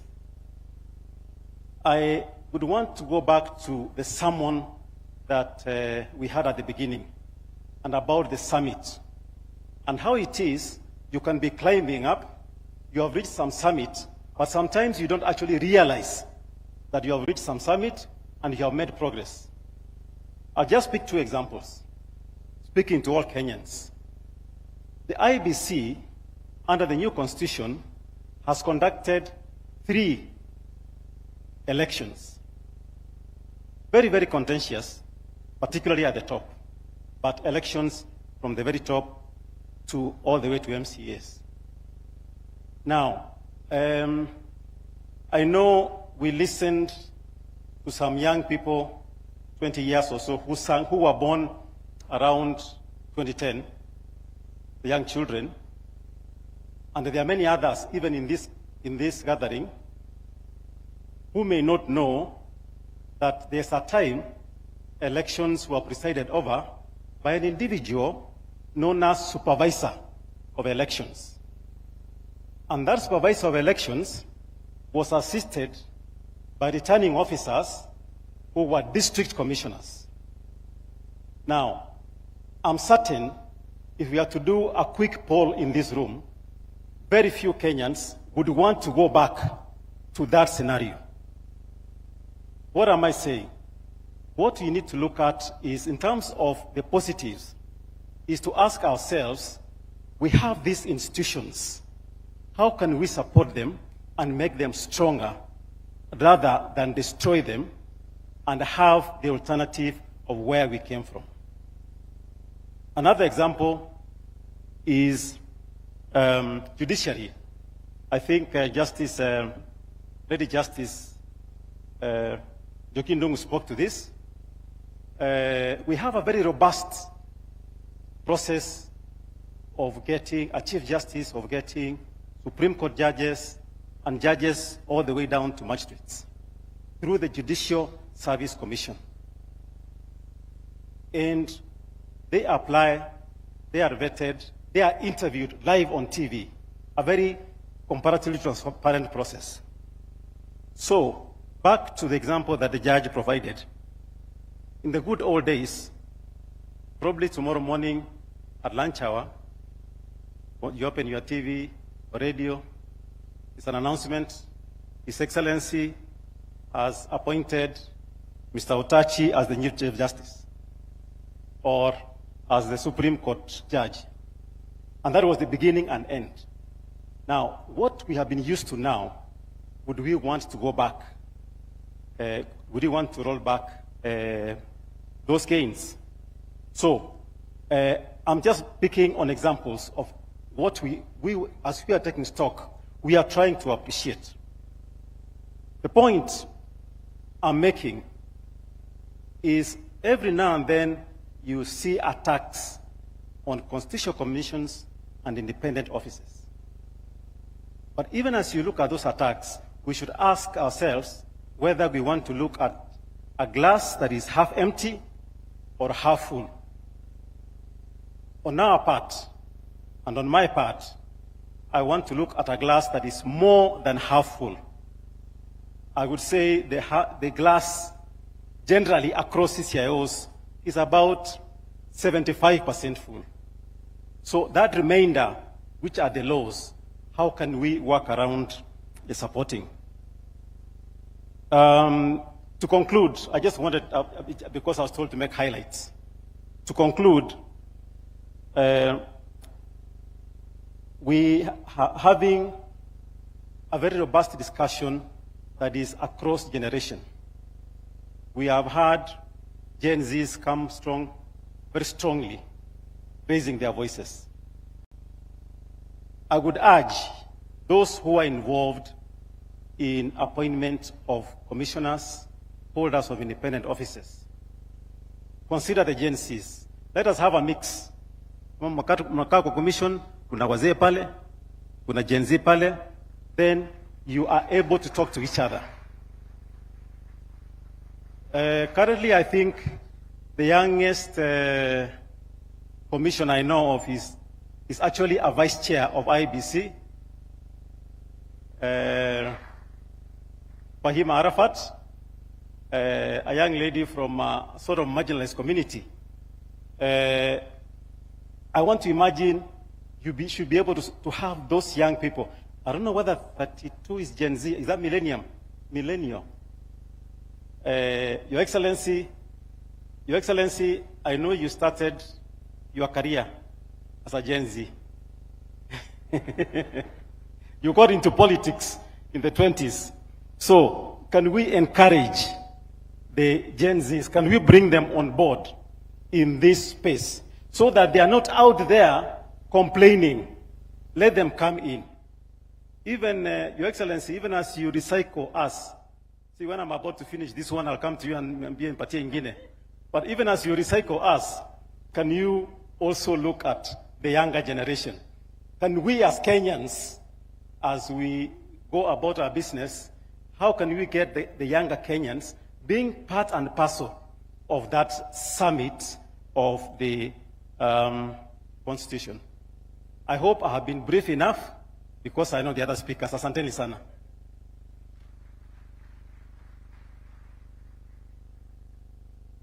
That is a very nice call, but my experience at the Office of the Attorney General, we are trying to embrace Gen Zs, Your Excellency. We have to change all the rules of public service, almost 90%, for them to fit into our public service.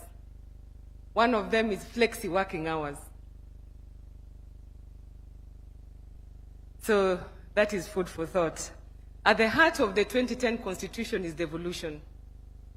We would be remiss if we did not allow the chair of the Council of Governors, Ahmed Abdullahi, to address this convocation. The Prime Cabinet Secretary, Speakers of the two Houses, Excellency Governors, the Honorable Lady Justice Mother Kome, Chief Justice, all protocols observed. Excellencies, ladies and gentlemen, what a defining moment this is, celebrating 15 years after ushering in a new constitutional dispensation. On 27th of October 2010, at a time like now, a big crowd gathered at Uhuru Park, filled with hope that a new dawn had come. They cheered and danced, broke into jubilation as the then president, the late Honorable Mwai Kibaki, appended his signature to a new constitution in a historic gesture. He lifted it up and paraded it to a joyful crowd. And so the journey began, a journey of hope, a journey of reforms, policy, legal, institutional, and administrative, a governance shift from a centralized to a devolved system, from one house to a bicameral parliament, a progressive chapter, the Bills of Rights, entrenching political, civil, cultural, and socio-economic rights, a constitution that decrees us all on transparency, accountability, participation of the people, decision-making, inclusiveness, equality, and national unity. Excellencies, ladies and gentlemen, one of the most radical shifts in governance the world has ever seen was brought in by that new constitution 2010, the 27th of August that year. Devolution, which established two levels of government. That's why at the Council of Governors, we have a motto or a tagline that states 48 governments and one nation. Article 6.2 sums it all up for us, that governments are at the national and county levels, and they are distinct and interdependent, and shall conduct their mutual relations on the basis of consultation and cooperation. Article 174 of the Constitution captures the objects, the purpose of devolution very succinctly. Devolution is not only concerned with economic development, it was meant to foster also national unity, democratic and political inclusion, and facilitate the decentralization of power, responsibilities, and resources, all aimed at bringing decision-making and services closer to the people. Devolution, as I've said in many forums, is indeed the truest definition of bottom-up social, economic, and political transformation. And in a summarized way, Your Excellencies, ladies and gentlemen, Kenya has recorded notable improvements in all sectors that are devolved, including health, pre-primary education, agriculture, livestock development, water, roads, environment, climate action, trade, and cooperatives. For instance, just a case in point, there wasn't a single pre-primary school teacher on the payroll of national government in 2013. And currently, the payroll of county governments, there are over 50,000 pre-primary teachers. And the same can be said of all sectors that are devolved. We also celebrate the fulfillment of the not more than 2/3 gender rule in all our county assemblies, unlike in the national parliament, and in our county executive committees. Your Excellencies, ladies and gentlemen, devolution has done its bit and continues to do its bit in bridging the tale of two Kenyas. As we celebrate Katiba Day today, this commemoration comes at a time when the nation is openly discussing the very challenges that led to the Constitution. Therefore, these demands that have been made are not new. They are the very promises of our Constitution. In fact, the socio-economic and environmental challenges that we have, in our view, at the Council, would have been worse without devolution. They would have been worse without Constitution 2010. We therefore must jealously guard this Constitution, including devolution and devolved governments. As county governments, we continue to aspire and to promise the nation that we will do our best to attain the highest standards of effectiveness. Your Excellency, in a summarized way, from the perspective of the county governments, through the COG, yes, devolution has done a lot. Yes, it has challenges. It's confronted by a number of challenges, including but not limited to administrative clawbacks, lack of uniformity in the application of the law, should I call it prejudice, by some oversight organs and some independent officers, inadequate resources, and delay in financing. We also have issues of the existence of subsidiary legislation and policies that predate the Constitution, not to mention the supremacy battles between the organs created by this very Constitution. In order to strengthen devolved governments, the following bold and strategic actions must be taken. First, track the transfer of all functions and the attendant resources pursuant to the completion of the unbundling of functions. Urgently undertake policy and legal reforms to align them with the Constitution, considering that devolution is now a reality. Increase the equitable share to the county governments to enable them perform their functions optimally and ensure timely disbursements. Strengthen intergovernmental relations, galvanize the support of development partners and the private sector and the civil society so that we share the promise of devolution is as captured in our Constitution. Your Excellency, part of what we suffer here is also a bit of stereotype. As devolved units, my sister, the AG, that I really respect, referred to audit queries that say there's a lot of waste in counties. I haven't seen any audit queries that say there's more waste in counties than in the national government. I think that's part of the stereotype that we deal with as counties. I think I would really want to see that report and share it with the governors. As I conclude, I leave you on this reflective note, that we should ask ourselves today, are we living to the ideals of our Constitution? When we meet here again, inshallah, in 15 years, will we still be confronted by the headlines of today? From today, let's all of us, because it's leaders of this country that are seated in here, and we're all leaders. We've been told it's not only the president that we should be pointing fingers at. We're all leaders in our own right.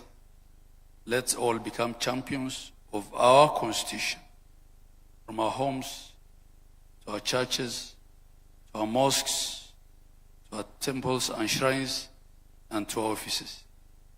And let's all recognize that devolution is indeed one of our national values. I thank you all, and God bless you.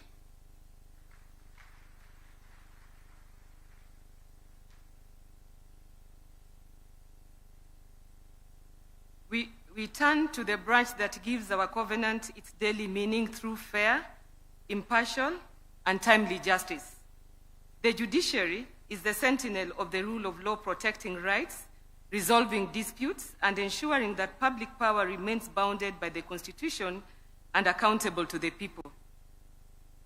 Since 2010, an approximated total of 5,533 constitutional petitions and 3,595 judicial review applications have been filed against various government agencies.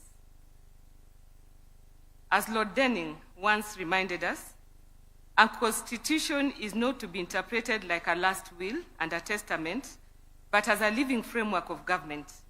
In speaking to our reality, the Constitution must be applied with fidelity, but also with pragmatic adaptation to new social and political dynamics. As the Attorney General, I affirm the executive's respect for judicial independence and our shared duty to make justice accessible, efficient, and trusted.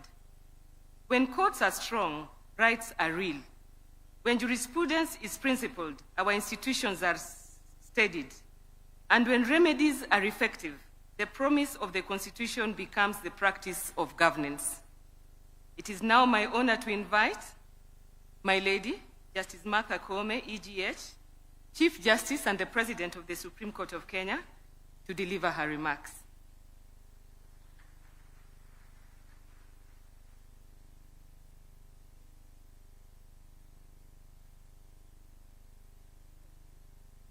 Thank you very much, the Honorable Attorney General, who is also the titular head of the bar. Your Excellency, the President of the Republic of Kenya, and Dr. William Samoei Ruto, allow me, for the interest of time, to abide by all the protocols that have been established and say that I recognize all the distinguished participants here this evening. It is an honor, a very great honor for me, to join you all today for this historic Katiba Day commemoration, a day that reminds us of our collective resolve as a nation to live under the transformative vision of the 2010 Constitution. I also, Your Excellency, join the other speakers to thank you most sincerely for declaring that going forward, 27th August will be commemorated as Katiba Day, and also for convening this important summit and for bringing together the leadership of all arms of government, county governments, constitutional commissions, and independent offices to reflect together on the promises, responsibilities, and the enduring vision of our Constitution. The very fact that we are gathered here across and governance mandate is itself testament to the spirit of our constitutional democracy. This gathering demonstrates that while we may have different roles, different perspectives and mandates, we are all united in our fidelity to one supreme law, to one people, the sovereign citizens of Kenya. Our Constitution establishes constitutional democracy, a system in which the will of the people is exercised within the bounds of the Constitution. And I wish to clarify that judiciary does not exercise overreach. When we interpret the Constitution, we are merely breathing life and spirit to the Constitution. And should there be overreach, It is quickly checked on appeal, and the issues are brought within the four contours of the Constitution. Unlike other forms of government, a constitutional democracy system is not merely a majority rule, but it is about a majority rule that is restrained and guided by the rule of law. It is about the protection of the fundamental rights and recognition of dignity of every individual. The Constitution is therefore both a shield and a compass, as it protects the weak, the vulnerable, and marginalized, while guiding our nation's leadership towards justice, equality, and inclusion. The constitutional promise of national cohesion and prosperity cannot be secured by political or economic power alone. They flow from fidelity to the Constitution, respect for diversity, and inclusion in governance. Our Constitution envisages a Kenya where all communities, regardless of their size, and all citizens, regardless of their station in life, would have an equal claim to dignity, opportunity, and justice. Going forward, I hope this discussion we are having today can take part in all our counties, in all our constituency, in all our wards, in all our families, so that Kenyans can embrace constitutionalism, they can internalize the Constitution, they can own and they can claim the rights that are enshrined in the Constitution. Because when we uphold the Constitution, we nurture cohesion, and in turn, cohesion turns and becomes the fertile soil upon which peace and prosperity of our nation will grow.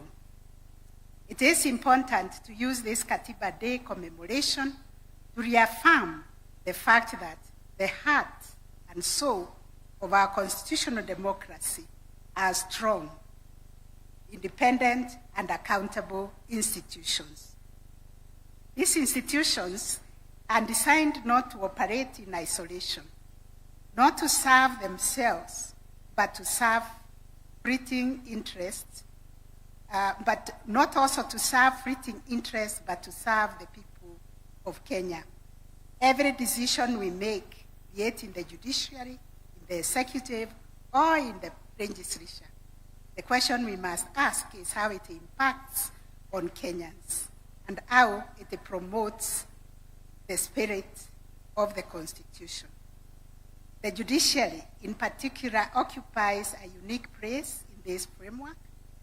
It is the guardian of the Constitution, the arbiter of disputes, and the protector of our rights. The judiciary that is weak, a judiciary that is captured, a judiciary that is beholden to any authority cannot fulfill this mandate. One article of the Constitution that I celebrate every day is Article 160 that proclaims this independence and directs that judiciary or judicial decisions cannot be influenced by anybody or any authority. Therefore, an independent and well-resourced judiciary is not a privilege of judges. It is a right of every Kenyan and a safeguard for our democracy. Judicial accountability has been critical to consolidating public trust, because independence goes hand in hand with accountability. And to enhance public trust and confidence in the judiciary, we, in January, established the court integrity committees in every court stations, bringing together stakeholders to identify and address corruption and unethical conduct.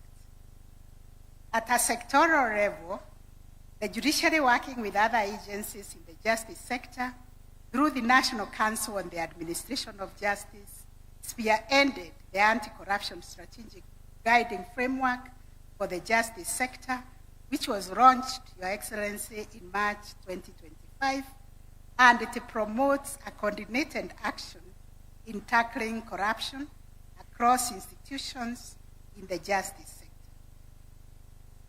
On the other hand, the Judicial Service Commission has, since the promulgation of the Constitution, diligently carried out their constitutional mandate of ensuring accountability within the judiciary by receiving and investigating complaints against judges and judicial officers.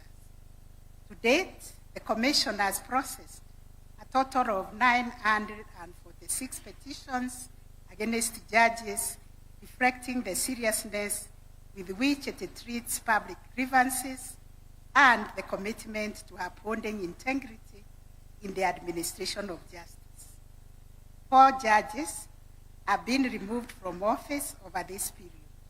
At present, only 95 complaints remain pending, most of which are at various stages of inquiry, demonstrating both the efficiency and transparency of the Commission's processes. In addition, 210 judicial staff have been dismissed from service after due process as established misconduct on their part, which is also a clear signal that ethical lapses within the institution will not be tolerated. These figures illustrate not only the robustness of internal accountability mechanisms, but also determination of the Judicial Service Commission to maintain the highest standards of professionalism and public trust. Your Excellency, distinguished participants, democracy thrives when institutions play their constitutional roles faithfully. The executive and legislature embody the majoritarian principle, reflecting the will of the majority. The judiciary embodies the counter-majoritarian principle, ensuring that constitutional limits are respected and that rights of every individual, including the rights of the minority, are protected. I must emphasize this balance is delicate but essential for accountability and proper governance. If the judiciary were to come under the control of any authority, or if its independence is compromised, the safeguard against abuse of power would collapse.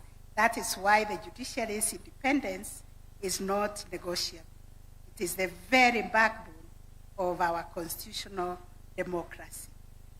The drafters of our constitution envisaged a government of separate but independent institutions. The executive, the legislature, judiciary, county government, independent offices, and commissions are all designed to check and counterbalance each other while working in harmony for the common good of our people. Mutual respect and constructive cooperation among institutions is absolutely critical. It is a constitutional requirement. When an institution remains faithful to its execution of the responsibilities and accords respect to other institutions, our democracy is strengthened, not weakened. Since the promulgation of the 2010 Constitution, the judiciary has undergone profound transformation through reforms in access to justice, the establishment of specialized courts, adoption of technology, and development of robust jurisprudence. The judiciary has sought to live up to its constitutional calling. The jurisprudence of our superior courts has clarified the scope of constitutional rights, reinforced the independence of institutions, protected devolution, strengthened electoral justice, and affirmed the supremacy of the Constitution over all persons and authorities. Currently, under the judiciary's blueprint, social transformation through access to justice, we are keen to ensure that justice is accessible to all Kenyans across the country. Indeed, these shrines have not been without challenges, but they reflect the judiciary's striving to embody the spirit of Katiba. In conclusion, as we commemorate Katiba Day, let us remember that the Constitution is not self-executing. It is a promise, and this promise needs to be nurtured. It is a promise that can only be realized when leaders and institutions alike embrace it as our collective covenant. Today, as we stand together, we affirm before the people of Kenya that we remain bound together by our Constitution. Let this unity not be symbolic gathering, but a commitment to constitutionalism, justice, accountability, and service to our people.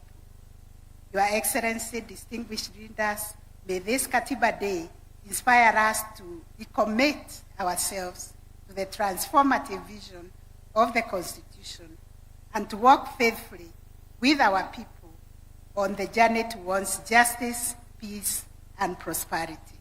Asanteni sana. May God bless you. May God bless Kenya.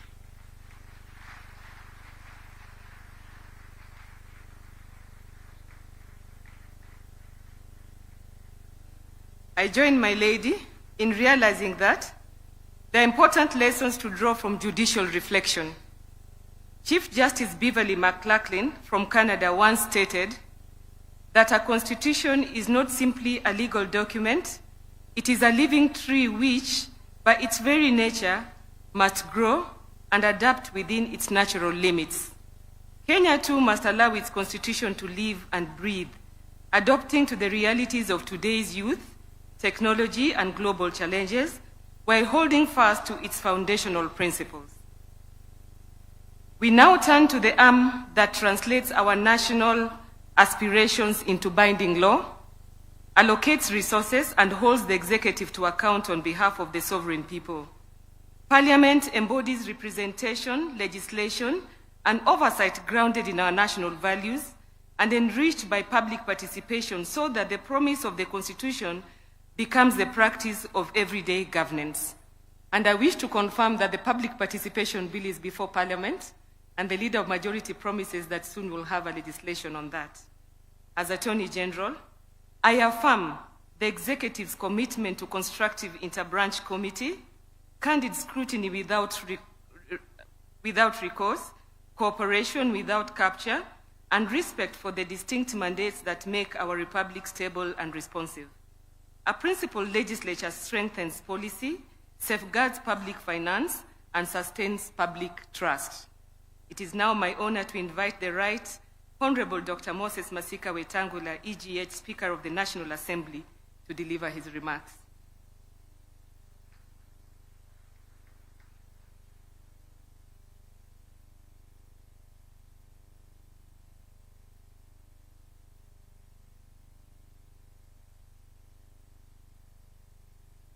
Thank you very much, Attorney General. Your Excellency, our President, our Deputy President, and allow me to ride on the established protocols. Congratulations to Your Excellency for setting aside this Katiba Day for our nation. It reminds us, in case we forget, that this was a long, winding journey to get to this Constitution. Today marks 15 years since the promulgation of the Constitution of Kenya. Katiba Day is therefore a day to reflect on the 15-year journey of the implementation of the Constitution by celebrating the milestones we have made so far. It is noteworthy that the Constitution of Kenya 2010 marked a paradigm shift from the governance structure under the repealed Constitution by, among others, recognizing the centrality of the people in the conduct of the affairs of our nation. As Parliament, were conferred with the sacrosanct constitutional functions of representation and oversight. Over the last 15 years, Parliament has been at the forefront of ensuring the implementation of the Constitution. Your Excellency, ladies and gentlemen, looking at the 15-year journey, the following is a highlight of our key achievements as Parliament, more particularly the National Assembly. Parliament passed and enacted 63 bills to implement the Constitution as spelled out in the 5th schedule to the Constitution. The legislation included legislation on leadership and integrity, representation of the people, land and environment, devolved government, public finance, and the public service, among others.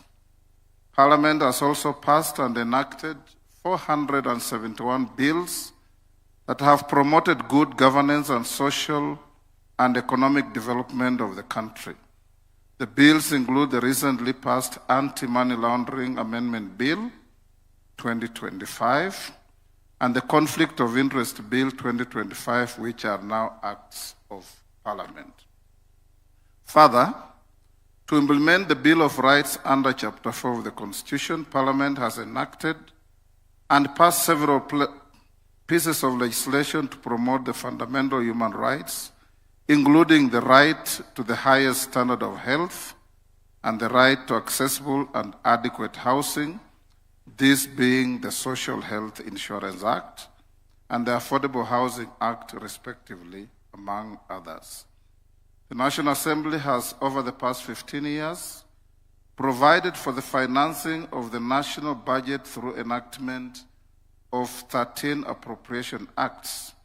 The new Constitution vests the budget process in the National Assembly.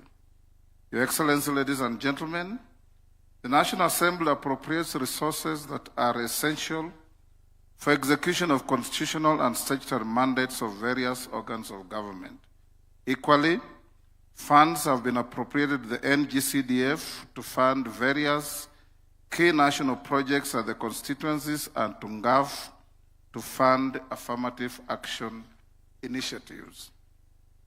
As part of its mandate, the National Assembly has approved the ratification of 98 treaties and conventions in accordance with Article 26 of the Constitution and the Treaty Making and Ratification Act.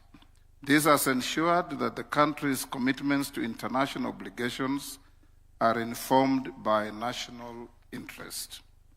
Your Excellency, ladies and gentlemen, under Article 10 and 118 of the Constitution, Parliament is obligated to ensure public access and participation. In this regard, post-2010 Constitution, Parliament is more open and accessible to the public. For instance, in the last 2 months, we have hosted over 500,000 school children and many other visitors who have had an opportunity to not only appreciate how Parliament works, but also freely interact with their elected representatives within the precincts of Parliament. Parliament continues to facilitate public participation and involvement of the people in its legislative and other business through robust public participation mechanisms, including the use of e-technology, social media platforms, and public hearings at the constituency and county levels. Since the promulgation of the new Constitution, the National Assembly has received and considered 1,233 public petitions in furtherance of the right of every person to petition Parliament in terms of Article 119 of the Constitution.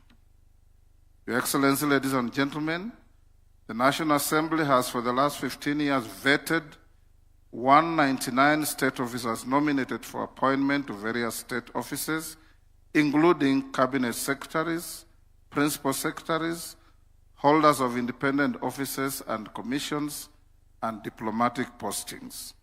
The National Assembly has processed 427 questions and required cabinet secretaries to respond to questions in plenary on various matters of concern to the people of Kenya. In the last 15 years, the National Assembly has initiated and considered 18 impeachment motions, including impeachment motions against cabinet secretaries and holders of independent offices and constitutional commissions accused of violating the Constitution. This has ensured compliance with the guiding principles of leadership and integrity by state officers. Suffice to mention that we also considered a motion for impeachment of a deputy president. As part of oversight, the National Assembly, through its watchdog committees, continues to examine the audited accounts of state organs to ensure the prudent use of public resources by state organs. Further, the Public Debt Committee of the National Assembly oversights the National Treasury to ensure responsible borrowing and compliance with the statutory public debt ceilings, which is an issue of concern to the people of Kenya. Over the period, the National Assembly approved 4 special motions for deployment of KDF in DRC Congo, within the country, and the deployment of the National Police Service to the country of Haiti. Your Excellency, ladies and gentlemen, the National Assembly has passed and enacted several electoral laws in compliance with the general principles of the electoral system, including free and fair elections, which are simple, accurate, verifiable, secure, accountable, and transparent, as provided for under Article 81 of the Constitution. Additionally, the National Assembly has previously facilitated the selection and constitution of the IEBC, including the recent appointment of the chairperson and members of the IEBC. Your Excellency, ladies and gentlemen, Parliament has over the relevant period passed 27 division of revenue bills and count allocation of revenue bills to ensure adequate allocation of national revenue to counties. It is important to note that in the current 2025-26 budget, the equitable share of revenue to counties stands at 21% of all revenue collected by the national government. In real terms, the equitable share of revenue allocated to counties has grown from 190 billion in the financial year 2013-2014 to 415 billion in the financial year 2025-26. This is in addition to the conditional additional allocations, donor funds, and on-source revenue for our counties. The National Assembly also engineered the operationalization of the House of Senate and 47 county assemblies by extending training, capacity building, and provision of startup staff. This cooperation and collaboration remains a continuing engagement by the National Assembly and other legislative organs. Additionally, Parliament has in the past years played critical roles in promoting constructive dialogue on the issues of national importance. An example of such is the Building Bridges Initiative and the National Dialogue Committee process, commonly referred to as BBI and NADCO, respectively. Your Excellency, ladies and gentlemen, while the achievement of the 2/3 gender rule has been elusive, the country has recorded a progressive growth of elected women in various categories.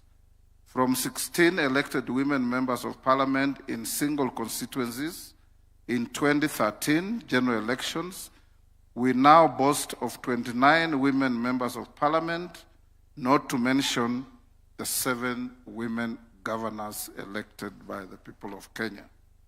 We have also recorded a significant number of elected youth to the National Assembly, which stands at 46 in the current National Assembly. Similar impressive numbers have been recorded in all our 47 counties. The Constitution 2010 led to the establishment of a bicameral legislature and increased members from 224 to 418. To this end, Parliament has undergone several structural developments to cater for the increased membership, including construction of the office complex, namely the Bunge Tower, and other attendant facilities. Your Excellency, ladies and gentlemen, from the foregoing, Parliament has indeed made great strides and achieved key milestones in facilitating the realization of the aspirations of the people of Kenya under the new Constitution. Our Parliament has become an admirable and appreciable benchmarking center for many parliaments seeking to learn on best practices and ideals of parliamentary democracy born out of our 2010 Constitution. Going to the future, Your Excellency, it is necessary to enact a clear law that deals with the issue of public participation. The Attorney General, cooperating with Parliament, has a draft bill that is before the House, which is now being harmonized by the House Committee with two other bills that were drafted by individual members so that we can simplify and make public participation user-friendly, cost-effective to avoid unnecessary and unhelpful duplex processes. On this particular matter, I have had discussions with Her Ladyship, the Chief Justice. I can give an example. We had a bill called the Sugar Bill. It started from the National Assembly, went through public participation, using public resources. Members of the National Assembly went all around the country to get bills, to get views from members of the public who will consume the product. We finish the bill, pass it on to the Senate. They start again the same round of public participation, going to meet the same people, pick the same views, spend the same resources from the same envelope. And if we don't do that, some Kenyan goes to court and the court say there was not adequate public participation.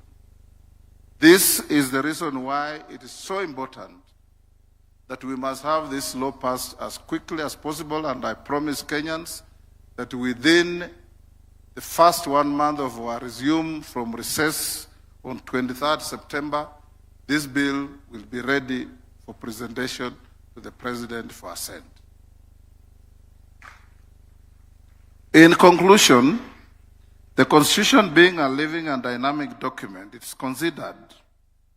is our considered view that it is desirable, and this has been alluded to by Professor Makau, the Attorney General, and somebody else, that we have a continuous candid conversation on the 2010 Constitution to be able to evaluate what is working, what has worked efficiently, and what is not working or what is excessive in the Constitution. Such exercise would help our country to continue with our journey to achieving a near-perfect Constitution for our country. Ladies and gentlemen, Your Excellency, with those remarks, it is my singular honor and pride on behalf of the Parliamentary Service Commission and the National Assembly to join Your Excellency, leaders present, and compatriots in celebrating this milestone in our constitutional history. You may wonder why my brother, the Speaker of the Senate, is not here. He is sitting in the Senate, presiding over one of the creations of this Constitution, having a process of impeachment of a governor before the House. And this is the beauty of this Constitution, that if you are impeached at the county, you still have an appellate structure at the Senate for your case to be heard. And you still have an appellate structure to go to the courts to challenge whatever we do. This Constitution is wonderful, this Constitution is great, but it will be as great as we adhere to its ideals, to its principles, and its implementation. May God protect our country. May God make us more conscious of our rights, and may God make Kenyans understand and appreciate that we must be each other's keeper in protecting our country. Thank you.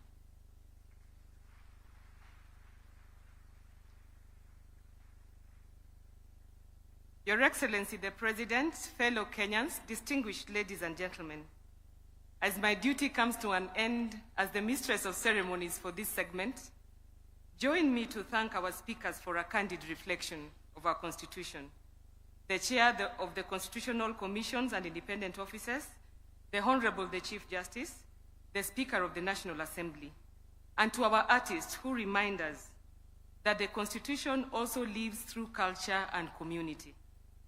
At 15, our Constitution is a living covenant. It restrains power, secures rights, advances devolution, and insists on integrity, inclusion, and accountability. Today's reflections are not ceremony.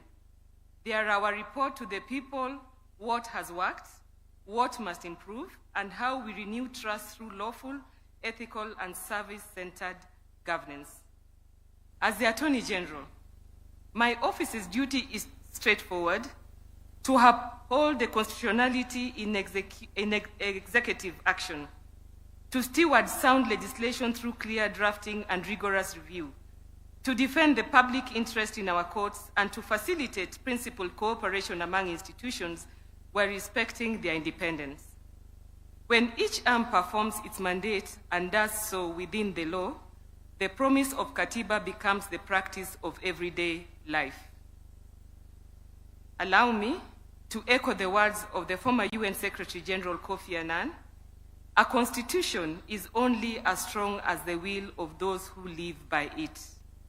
Today, we are called to renew that will, to make the Constitution a living covenant, not just a historical document.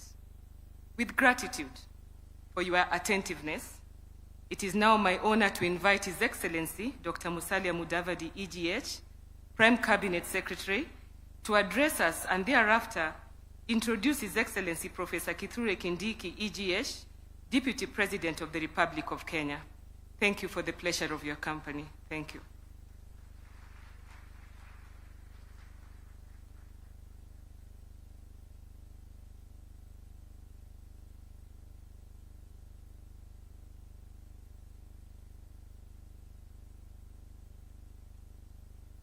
Your Excellency, the President of the Republic of Kenya, Dr. William Samoei Ruto, Your Excellency, the Deputy President, Professor Kithure Kindiki, the Honorable Right Honorable Raila Odinga, colleagues, Cabinet Secretaries, distinguished guests, ladies and gentlemen.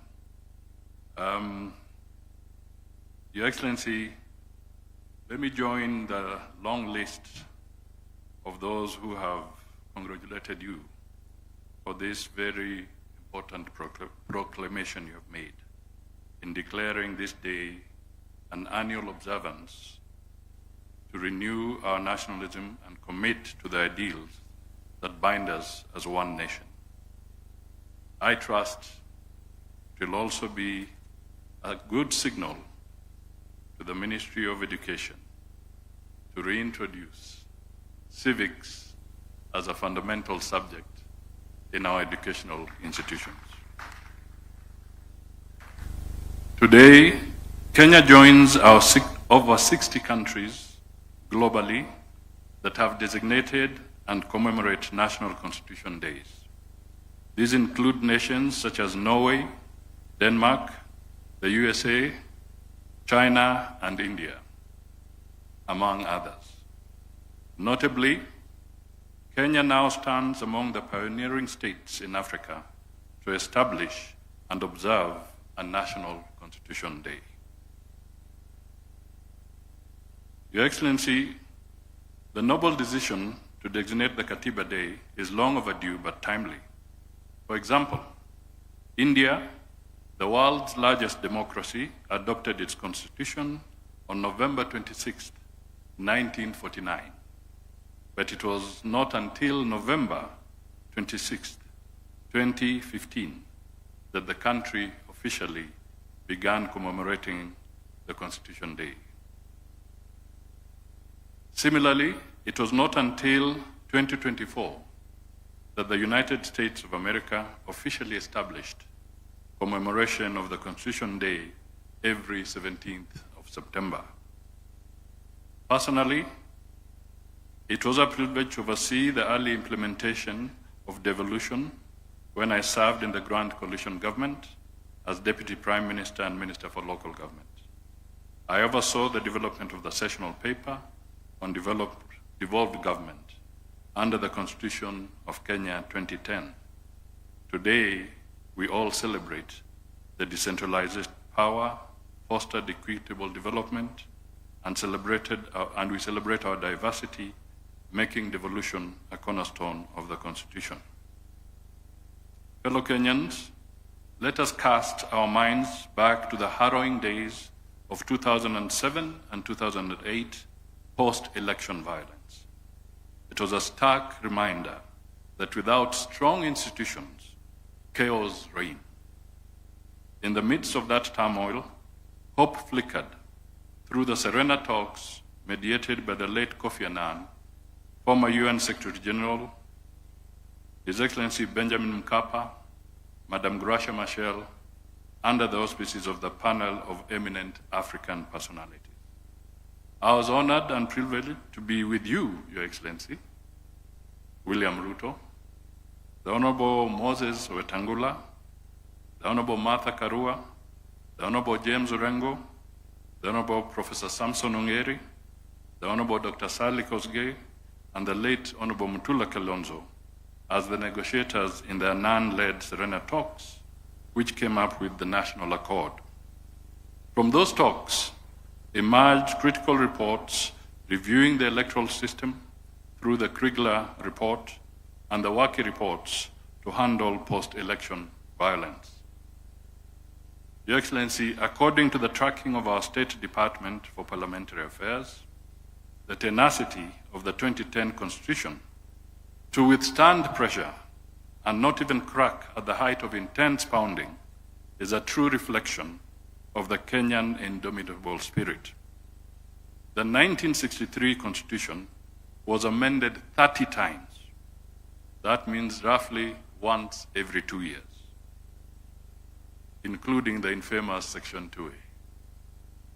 On the other hand, the 2010 Constitution has had 14 constitutional amendment attempts.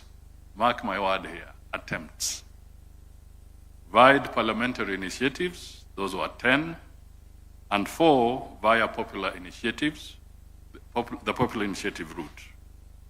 Of course, the majority of the parliamentary attempts were to solve the issue of realizing the 2/3 gender rule in Parliament. Let me just take a minute to reflect on the 4 popular initiatives. The Speaker has partly touched on them. 1, the Building Bridges Initiative, via the Constitution of Kenya Amendment Bill of 2020, which contained some 74 proposed changes. Then came the Okoa Kenya Initiative, which sought electoral reforms, changes to the structure of the IEBC, and increasing funding to counties under Article 203. Third, there was the Okoa Uchumi Initiative in 2016, led by a civil society coalition aimed at physical reforms by amending provisions on public finance management.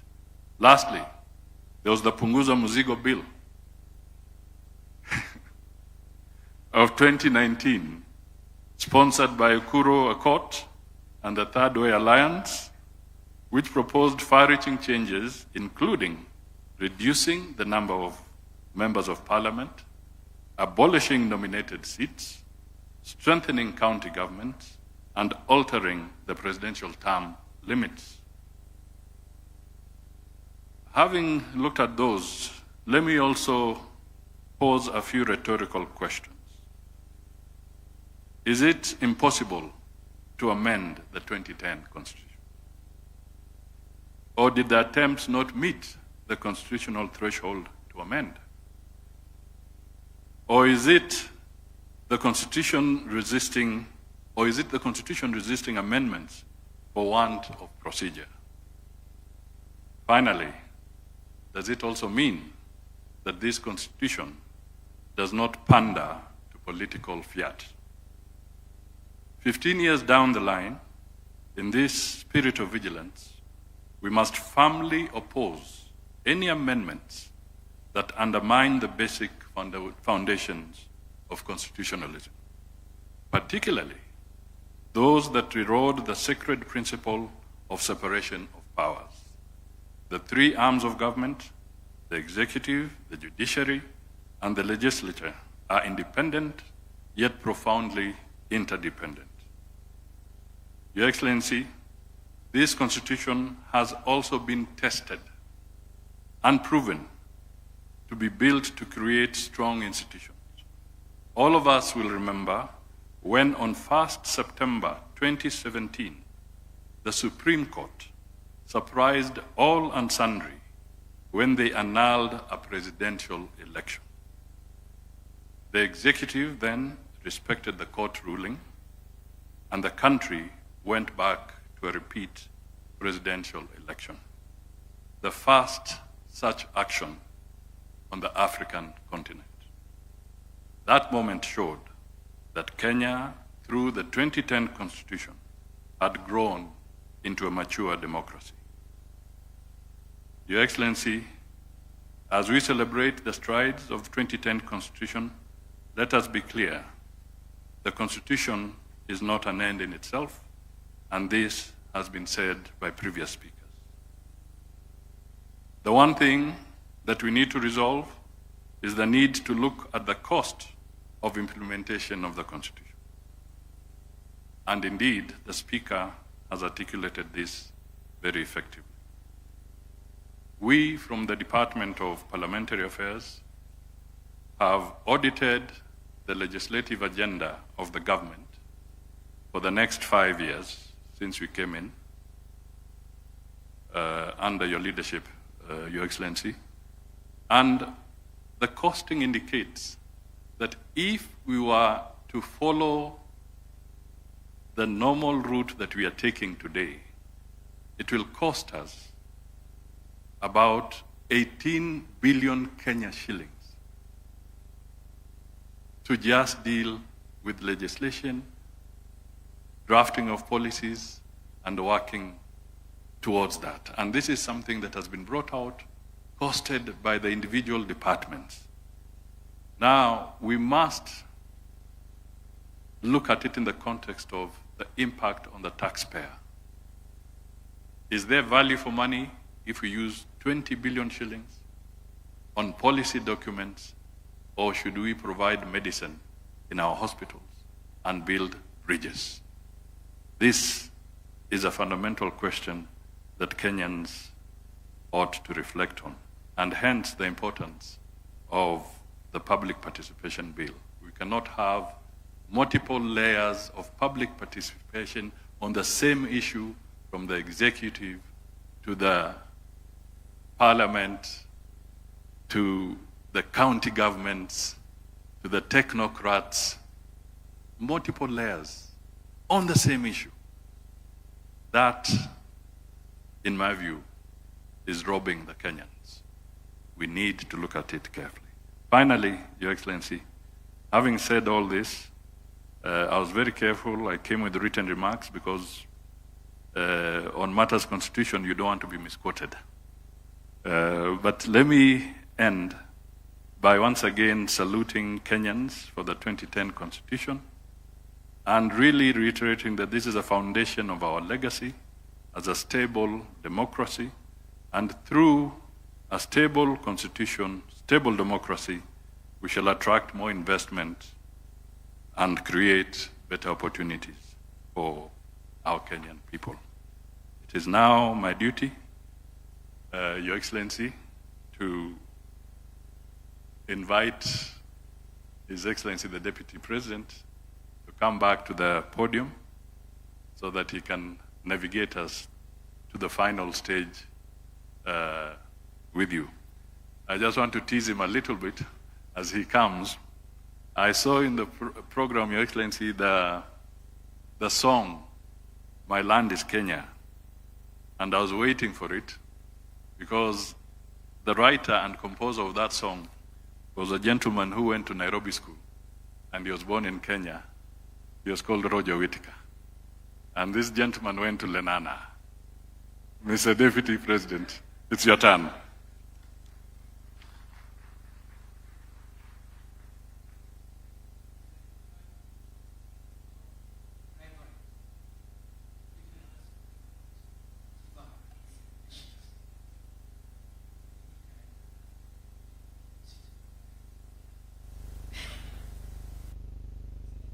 Oh, your speech.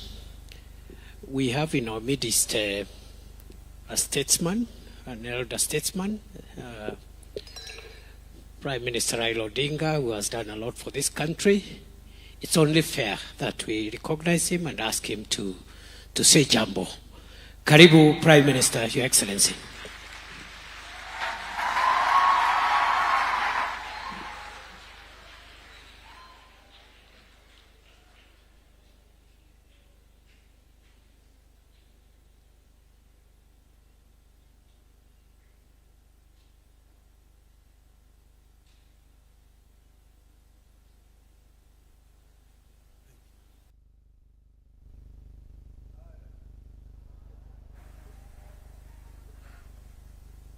Your Excellency, distinguished guests, ladies and gentlemen, all protocols observed. Hamjambo. Hamjambo tena. I was telling His Excellency there that you should have started this meeting at 9 o'clock in the morning. This is a very important subject that you don't bring in the afternoon. Most people are tired. But I'm very happy to be here this afternoon. And let me begin by saluting the people of Kenya who braved a painful struggle, not only to give themselves a new constitution, but also to make the word constitution a popular and a valid subject for discussion in our country. Those who have come of age towards the tail end of the very protracted struggle under this constitution may not believe it. But there was a time when being perceived to be harboring thoughts about a new constitution landed people in jail. I wish to pay unreserved tribute to those citizens of Kenya, the living and the dead, who braved the worst in order that Kenya may get a new constitution. And here, you may remember some of them. The late Zemasinde Muliro, my father Jaramogi Oginga Odinga, Martin Shikuku, George Ndenge, Ahmed Bamariz, Philip Gachoka, and then my other teams, the Young Turks, Paul Muite, James Orengo, Professor Nyang Nyong'o, Yua Ger, Toby Manyara, Kitui. And then members of my parliamentary select committee who started the serious process of making a new constitution. One of them, His Excellency the President here. The other one, the son of Anna, the Prime Cabinet Secretary. The other one, Kalonzo Musyoka, Noah Katanangala, the late George Anyona, Martha Karua, those others there. I want to congratulate all of them. There are so many other Kenyans who made it possible for us to have a new constitution. With the proclamation, I want to first say that I want to thank the government and the president for proclamation that has made this day a Katiba Day possible now and into the future.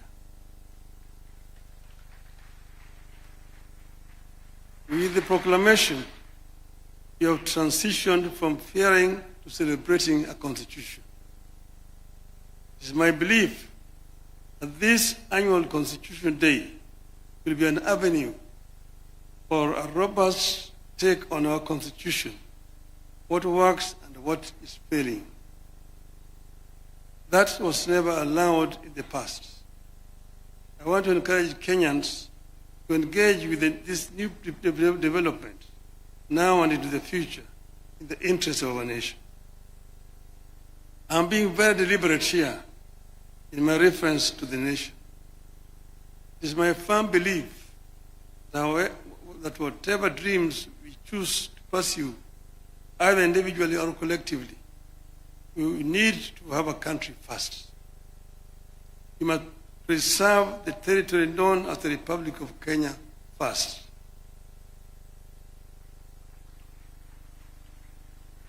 Then, within that territory, you can agree or disagree on the validity of our dreams as individuals or a nation. Since we promulgated the Constitution 2010, we have reaped a bountiful in some areas and a whirlwind in others. I wish to reflect with you on how some of the institutions that came with the Constitution have improved our country, where others have left plenty of room for improvement. Fellow Kenyans, before the 2010 Constitution, the High Court was identified as a core enabler of the maintenance and extension of tyrannical rule in Kenya. Out of that period, you can barely recall any decision of the old High Court that upheld the people's fundamental civil liberties. That is the period in which the Attorney General declared that the President was above the law. And I hope that my sister here will not follow suit. It was the period of constitutional amendment that removed the security of tenure of judges. Since 2010, the Constitution and Human Rights Division of the High Court of Kenya has set itself apart from the Court of Appeal and the Supreme Court as the most effective vanguard of the people's fundamental civil liberties. The Constitution of 2010 came with a stronger mandate for the Auditor General. From an era where the Office of the Auditor General was heard of only once in a year, when it published its reports and dumped it in Parliament. Our Auditor General since 2010 have been bold, brave, and easily identifiable for standing up for the public interest. Indeed, the last attempt by the Office of the Auditor General to secure software and equipment to monitor the spending of public finances on a real-time basis ended up with an attempt to arrest the holder of the office, then Mr. Edward Ouko, and charge him with corruption. Today, we receive constant and intermittent disclosures of financial impropriety and lack of accountability in government. What we receive is a far cry from what we should be having, but they represent a very drastic departure from what used to be. The Commission for Revenue Allocation also came with the new constitution against the background of a past skewed allocation of natural resources. Since 2010, the commission that was established to make recommendations concerning the basis for the equitable sharing of revenue raised by the national government between the national and county governments among the county governments has managed to do so without accusations of political bias. I believe that without the diligent work of the CRA, devolution would have become the single most divisive development in modern Kenya. Ladies and gentlemen, Some of the institutions of the 2010 Constitution have let the country down, of course, in my estimation. The National Police Service, in my view, has left us worse off than we were before 2010. Abuse of the right to life, degradation of human dignity, torture and denial of security of person by the police have increased under the watch of National Police Service. While the current effort by the government to compensate victims of protests offers some ray of hope with regard to policing, it may be time for the country to rethink its approach to police reform. Your Excellency, I know that they have done it elsewhere. They did it next door here in Tanzania. In Tanzania, the police are civil. When they come to arrest you, they come and salute and say, "Ndugu, naomba nikushike." And then you say, "Twende."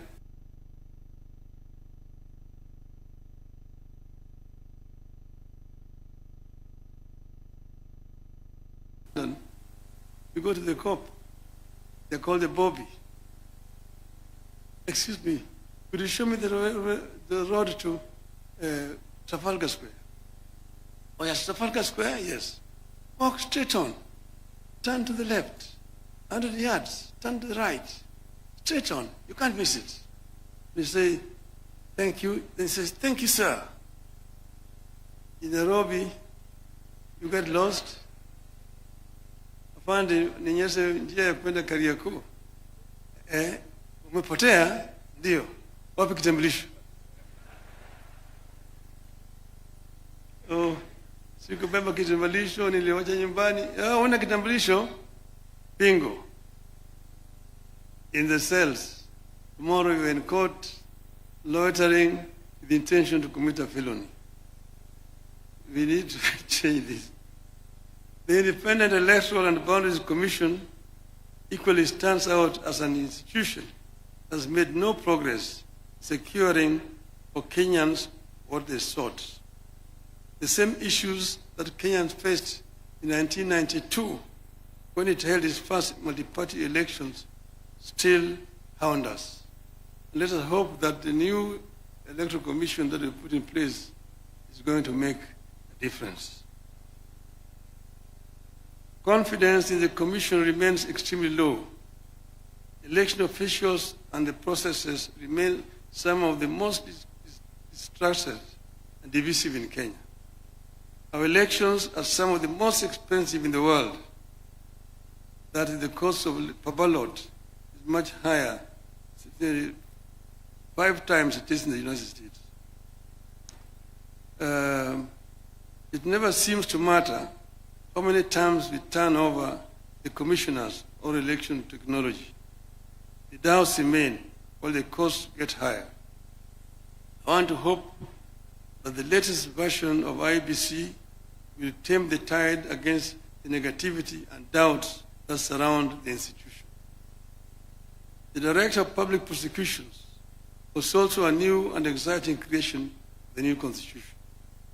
It has largely failed to deliver on the high expectations of Kenyans.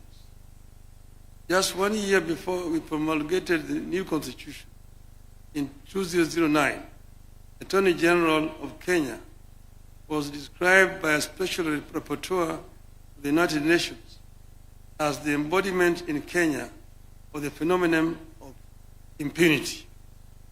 That description remains accurately descriptive of the office of the Director of Public Prosecutions in Kenya today. However, some of the institutions that came with the new constitution have lived below expectations. As a nation, we are in a better place and more hopeful than we were before 2010. And as we work to perfect the areas in which the constitution is struggling, we also need to take a fresh look at parts of the constitution whose implementation have been problematic. For instance, Article 1 of the Constitution tells us that the people may exercise their sovereign power either directly or through their democratically elected representatives. Kenyans seem to know how to exercise sovereignty through their elected representatives. You know, you go to the ballot, you elect your MCA, elect your MP, your women rep, your senator, governor, your president. There is zero clarity, however, on how to exercise sovereignty directly to achieve desired results. How do 55 million people exercise direct sovereignty? That's a question for the lawyers. Secondly, I believe the time has come for the country to relook the whole issue of devolution. Kenya, in my view, is too tiny for 47 devolved units.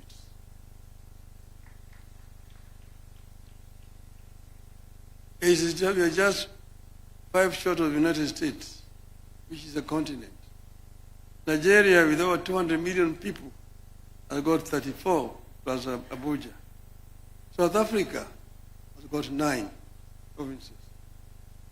I won't advocate for abolition of any county, but I believe we are ripe for a 3-tier system that has county, regional, and national governments. I believe the articles introduced in the Constitution to strengthen the provincial administration need to be reviewed with a view to abolishing the system. This was an issue at Bomas of Kenya, the provincial administration. And we said it was a relic of colonialism that has no place in independent Kenya. Yet we seem to be reviving it. We equally need a review of all the laws that create national institutions and funds for functions better performed by county governments. We are not opposed to implementing projects at the constituency. But under this constitution, constituency is not a devolved unit. Devolution has 2 levels, national and county levels. It is not right for the national government to jump the county government and create another unit below the county government where you call it NG. It is not necessary. Work through the county government. The money that we are giving to the people to go and implement projects at the constituency, give it to the counties. The county be the ones implementing. And let Parliament do what is constitutionally mandated to do: representation, legislation, and oversight. Because if you are yourself a contractor and you are a member of Parliament, who is oversighting you? I've said this amendment that you brought to the Parliament, bring it there, but let us take it to the people. Let us take it to a referendum and test if the people will accept it. Let us check if the people will accept that members of Parliament can be oversighting and also implementing at the same time. Over this, there's no compromise. Tunaenda kwa wananchi. So, Your Excellency, I know that this particular stand is making me very unpopular, but I just don't care. I will stand my ground on this particular issue. With those many remarks, thank you very much. Happy Katiba Day.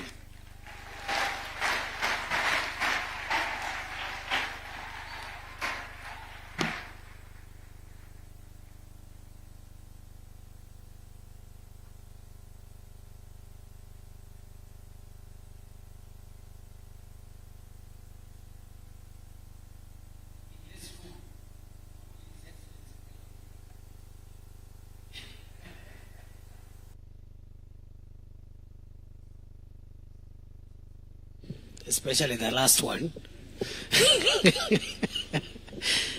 because he says he knows what the mood is like, but he really doesn't care. We've been here for a very long time.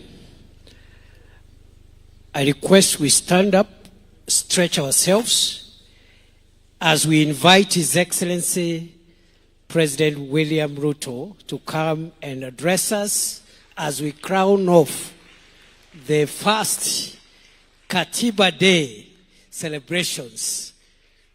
Welcome, Mr. President.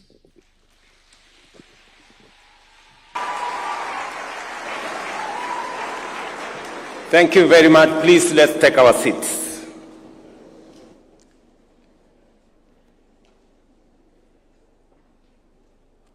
Your Excellencies, honorable members, ladies and gentlemen, good evening. When I reflected on our journey to a new constitution,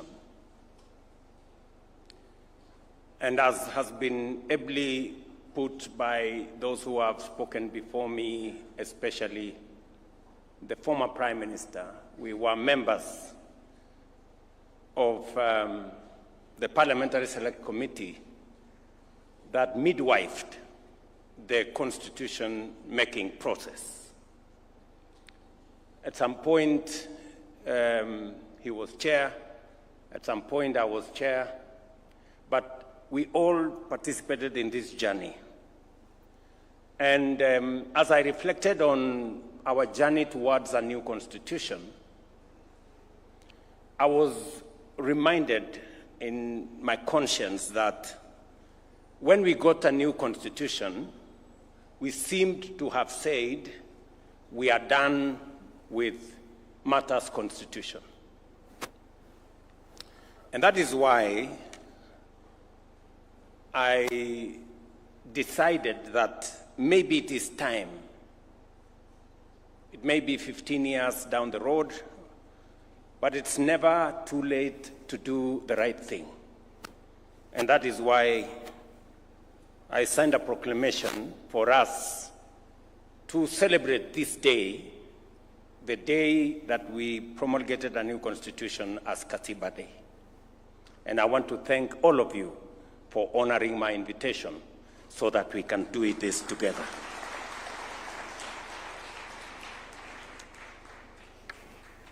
As I reflected on how this should be done, I also was informed by the journey. What we discussed during the constitution-making process is that we had too many holidays. That was actually one of the problems we had, and that is why there was an attempt by the new constitution to consolidate national holidays, that there were too many. And so it was the reason why I also thought, in the spirit of this constitution, we should not make this a national holiday where there is no work. And partly why I thought maybe we should have this occasion in the afternoon so that people can work in the morning. It was my thinking. But maybe we can refine that as we go forward. But the Constitution of Kenya 2010 was born out of people's deepest desire for justice, inclusivity, and dignity. We longed for a country where power belongs to the people, where no Kenyan is left behind, and where rights and freedoms are guaranteed for all. Today, on the 15th anniversary of the enactment of the Constitution, we celebrate Katiba Day to honor the covenant and to renew our fidelity to its vision. This Constitution is acclaimed across the world as one of the most progressive and transformative. It is our solemn duty to preserve it, protect it, and to ensure its full implementation. Ladies and gentlemen, our Constitution was born out of hard and painful lessons. The tragic events, for example, of 2007-2008 remind us how far our nation could descend when institutions fail, when resources are hoarded by a few, and when divisions are cynically exploited. From that moment of crisis, we made a solemn resolve: never again. Never again would Kenya be brought to the brink of collapse by impunity and injustice. For we knew that we, as a people, deserved better, and our country demanded better. Katiba 2010 became our national testimony, our solemn vow to build a free, democratic, inclusive, and united Kenya. Over the past 15 years, we have walked that journey. We have injected life into this great chapter. Fellow Kenyans, as stipulated in Article 174, devolution has come alive. It has fostered equity by distributing resources fairly and addressing historical imbalances. Many have been mentioned. Matters to do with health. Many counties, for the first time, had doctors in facilities. We've been told about the first cesarean session done in Mandera County for the first time under devolution. And many, many testimonies could follow. Since the birth of devolution 12 years ago, the national government has transferred a total of 4 trillion to counties. Today, every corner of Kenya has a functional county government, closer to the people than ever before. From our first day in office, I affirmed that devolution would not merely be a constitutional provision, but the crown jewel of our democratic governance. I pledged to accelerate the full transfer of all outstanding devolved functions as assigned in the 4th schedule of our Constitution, together with the requisite resources. This commitment was formalized during the 11th National and County Government Coordination Summit in Nairobi on the 16th of December 2024. Today, all 14 devolved functions have been conclusively delineated, unbundled, and formally gazetted, eliminating long-standing ambiguities that hampered service delivery and fueled intergovernmental disputes. To further underscore this commitment, 2 weeks ago, I signed into law 2 landmark pieces of legislation: the County Public Finance Law Amendment Act of 2023 and the County Allocation of Revenue Act 2025. In line with Article 217 of the Constitution, these laws reinforce the principle of equitable revenue sharing among counties, guarantees fairness in the distribution of national resources, and empowers county assemblies to play their rightful role and clearly define the respective mandates of both national and county governments. Under my leadership, the national government is committed to support devolution by ensuring timely disbursement of funds and steadily increasing allocation to counties. Under the Division of Revenue Act 2025, we have allocated an unprecedented 415 billion to counties. As chairman of the Council of Governors, FCPA Ahmed Abdullahi has affirmed nearly 30 billion shillings more than last year's 387 billion.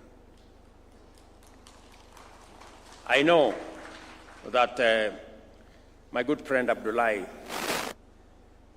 has urged that we should enhance allocation to counties, and I have committed that we will continuously do that.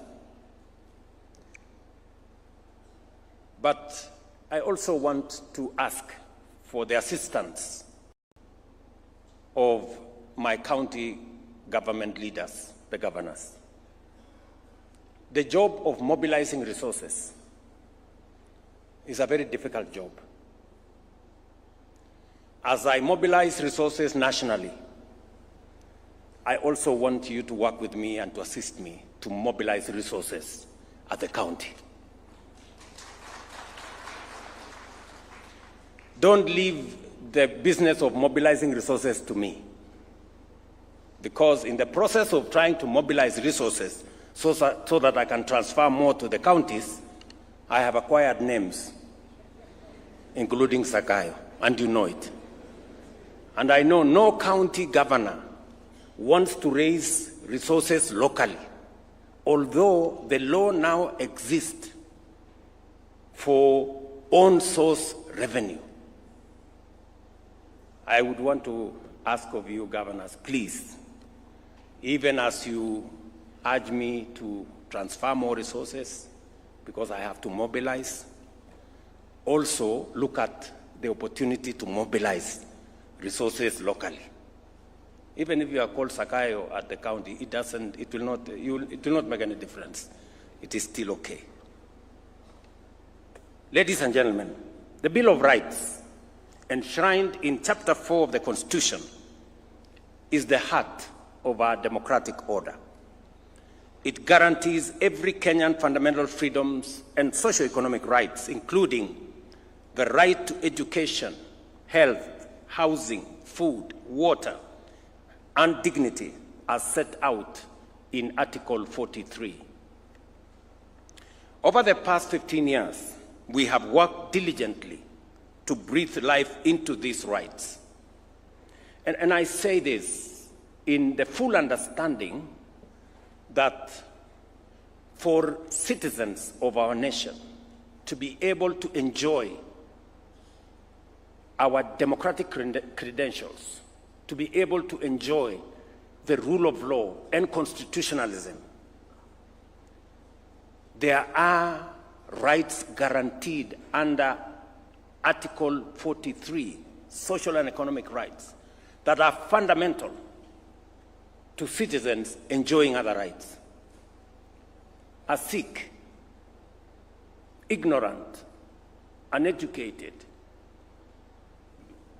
homeless, hungry citizen is very difficult to enjoy democracy, human rights, rule of law, because their status is undermined. And therefore, it becomes fundamentally important for us to make sure these social and economic rights do not continue to be a privilege for those who can afford. They should be a right for every citizen, because that is what the Constitution says. And therefore, I want to ask all of us as leaders in the executive, in the legislature, in the judiciary, that as we exercise the authority that we've been given by the Constitution, let us keep the people, the rights of the people at the center, so that we do not undermine their right to housing. We do not undermine their right to health. We do not undermine their right to education.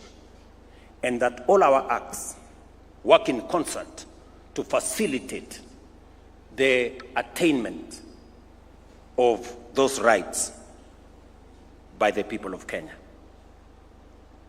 We have worked diligently to breathe, as I said, life into these rights. Free primary and day education has opened doors to opportunities for millions of children from every corner of our nation. We have successfully transitioned to the competence-based education and training system, making our education more relevant, practical, and aligned with the demands of the 21st century.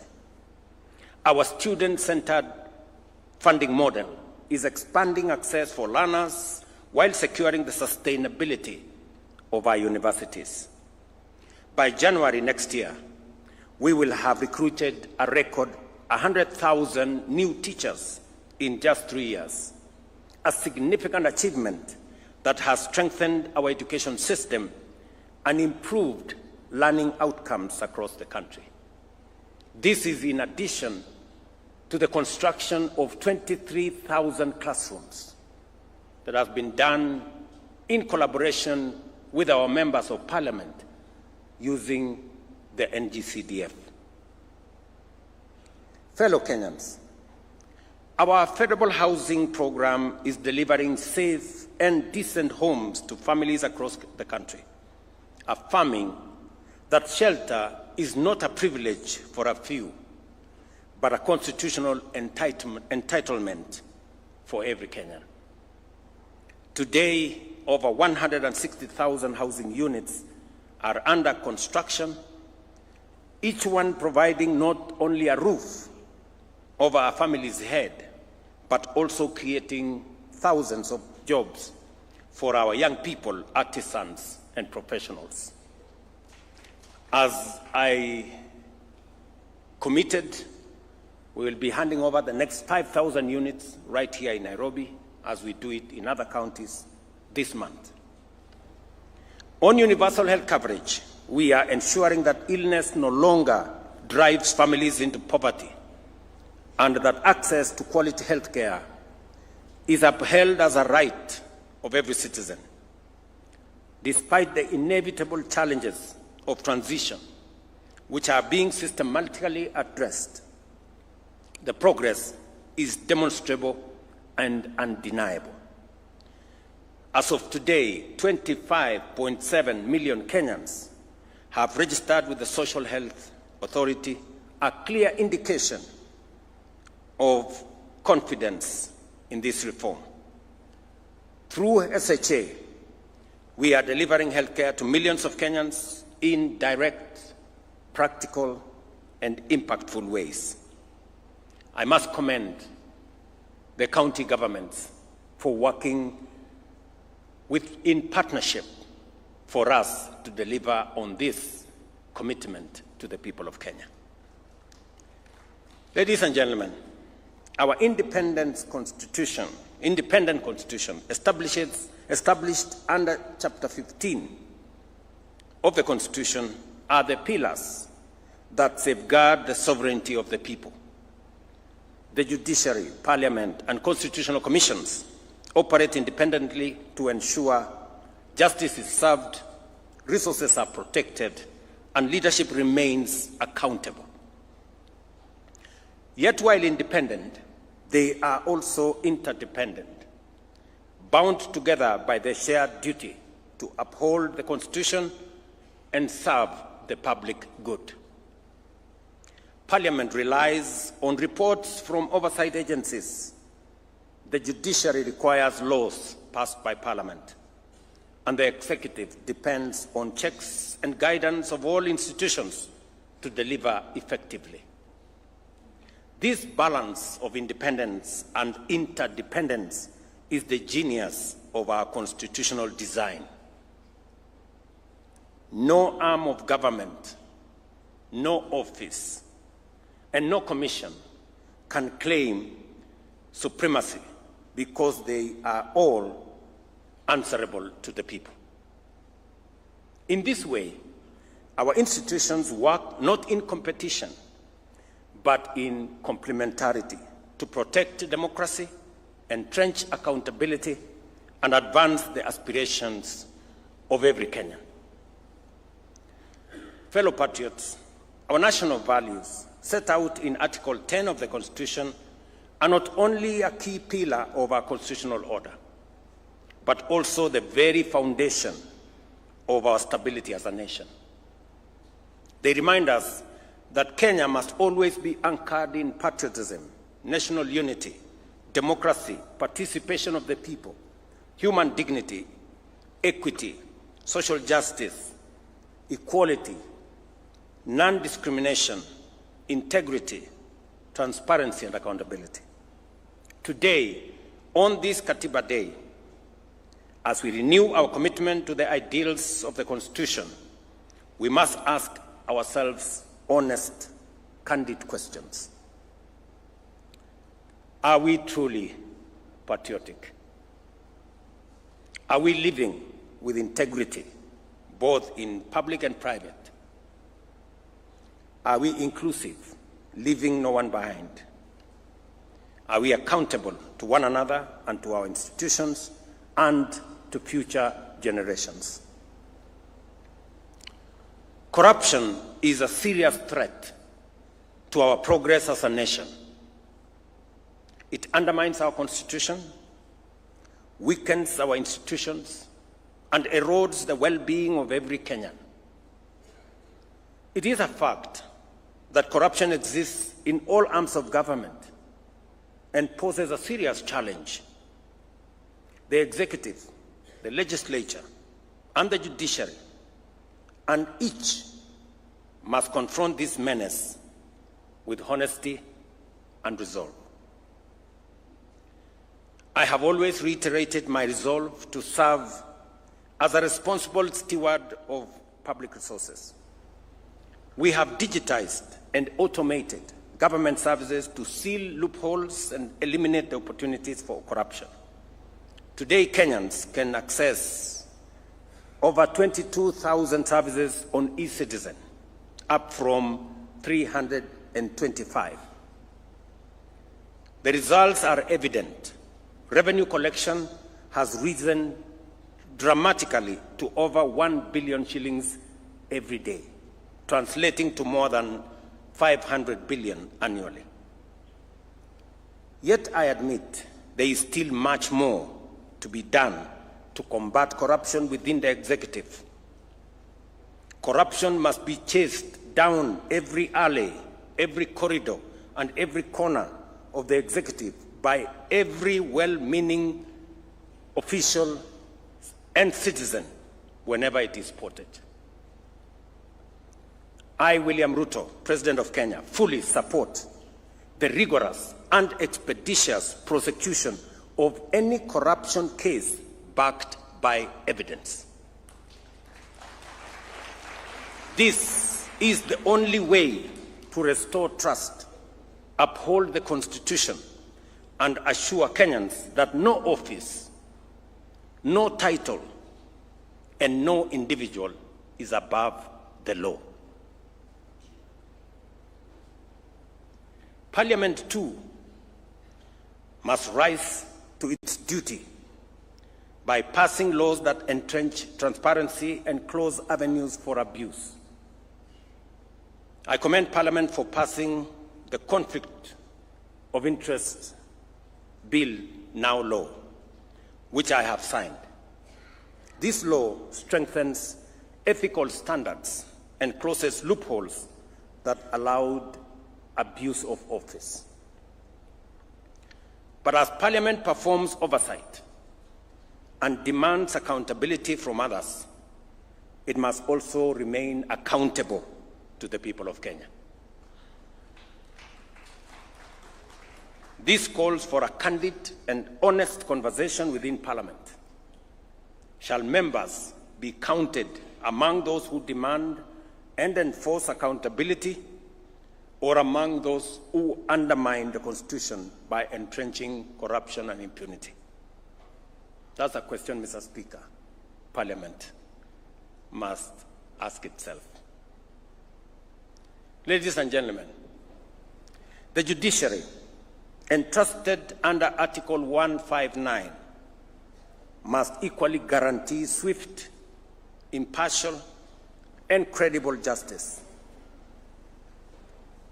Justice delayed, it is said, including in corruption cases, is not justice only deferred, but justice actually denied. The judiciary must confront corruption within its own ranks. I am aware of the vigorous and often unsettling conversation around terms like juri pesa. As painful as this may be, they cannot be ignored. If the institution mandated to dispense justice is perceived as corrupt, it not only erodes confidence, but undermines the very constitution it is sworn to protect. The judiciary must rise to its highest calling to cleanse itself, uphold its independence with integrity, and prove itself the true temple of justice for all Kenyans. My administration, at the request of the judiciary, has provided resources for the hiring of additional judicial officers, especially judges. So far, in 3 years, we have appointed and I have sworn in 47 judges. Another 50 are being recruited as we talk. That will make it 97 judges in 3 years. No other administration has provided such kind of human capital to support our judiciary. It's paid for by the people of Kenya, and it's right for us, as the people of Kenya, to demand expeditious justice to those who come before our courts. In summary, fellow citizens, our national values must not remain words on paper. They must be lived, practiced, and defended every day by every institution, by every leader, and by every citizen. As President, I solemnly reaffirm my oath to uphold, protect, and defend the Constitution of the Republic of Kenya. I call upon all arms of government, the executive, parliament, and the judiciary, as well as our independent institutions and every citizen of our republic, to faithfully discharge their responsibilities in fidelity to the Constitution,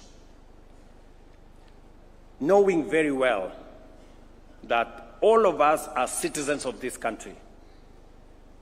Every right we enjoy comes with obligations. And those of us who have the privilege to exercise authority, we must know that authority comes with responsibility, and responsibility is accompanied by accountability. And therefore, we must act in the context of what the Constitution allows us to do. For it is not only through our shared commitment that we can secure justice, uphold democracy, guarantee the prosperity of our nation, and truly breathe life into our Constitution, but by doing it together, united as a nation. I am very happy that, though late, we have today started the journey to celebrate Katiba Day, so that we can use this day to continue the robust conversation that Kenyans are used to. We have heard from the Right Honorable Raila Odinga the aspects that, in his view, require review. There are those who have other ideas. There are those who think that we have too many constitutional commissions. There are those who think we should change the formula on sharing of revenue. There are those who think, and we should, all of us, as we celebrate this Constitution, we must celebrate the good, reflect on what is deficient, and work together towards making our country better. With those many remarks, ladies and gentlemen, I thank you for your attention. Asante sana.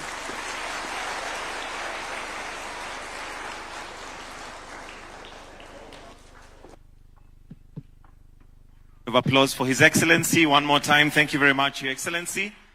I'll request that we take our seats, and I'll invite the following. We have a session where we are going to have the reaffirmation of the commitment of the covenant, which is the Constitution, and this is going to be signified by signing of the reaffirmation by different individuals who represent various arms of the government. So as we set up the stage, let's have My Land is Kenya done by a trio out of the State House Choir.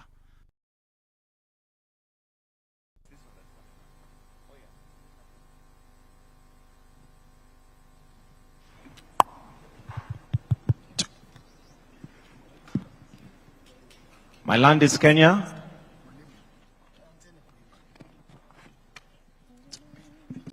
And for those of you that would like to sing along, it is on page 8 of the program. Page 8 of the program, My Land is Kenya. Let me also just take this opportunity to mention that I'm also an old boy of Nairobi School, so we had to make sure that it happens.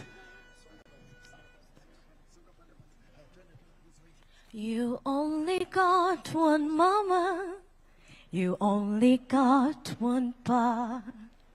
You only got one life to live, no matter who you are.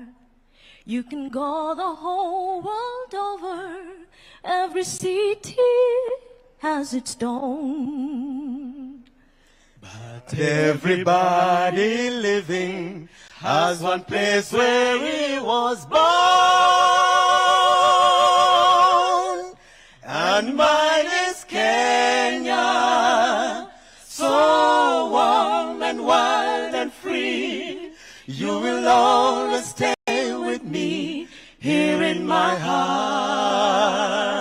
My land is Kenya, right from the highlands to the sea. You will always stay with me here in my heart, here in my heart. You only got one childhood and the memories that spring. When you see your house, the tree you climbed, and all those precious things. When faces saw us, I had the images that flow. When it comes to us in the land of love, the land where I was born, and mine is Kenya, so warm and wild and free. You will always stay with me here in my heart. My land is Kenya, right from the highlands to the sea.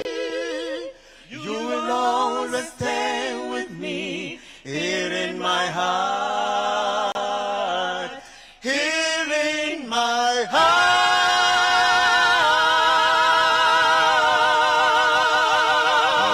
Applause. My land is Kenya.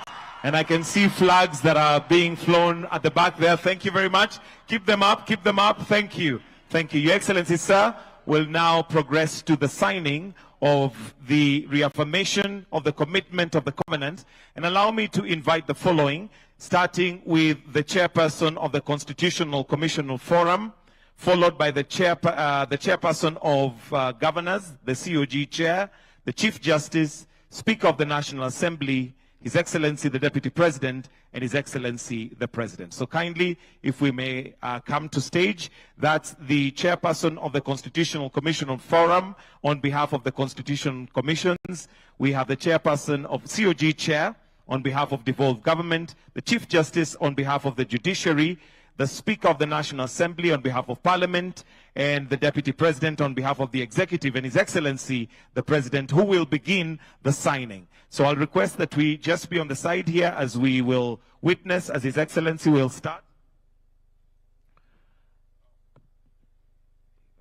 And allow me to invite a child who will also just witness.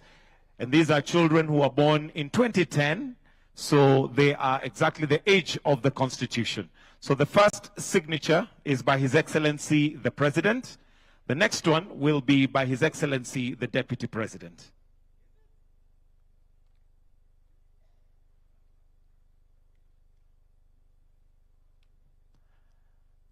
Yes, you can go ahead, Your Excellency. And it reads, I, Honorable William Samoei Ruto, as the head of state of government, renew my commitment to obey, preserve, and protect and defend the Constitution, to protect and uphold the sovereignty and integrity of the people of Kenya. We'll move on to the next signature, which is by His Excellency the Deputy President. Also a reaffirmation of his commitment. Professor Abraham Kithure Kindiki. Your signature ni fire, si fire. We also have the Speaker of the National Assembly who will sign.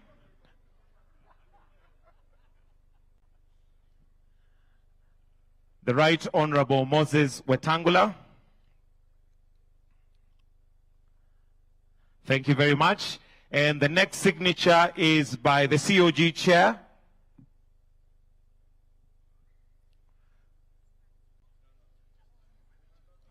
Sorry, Chief Justice, my apologies.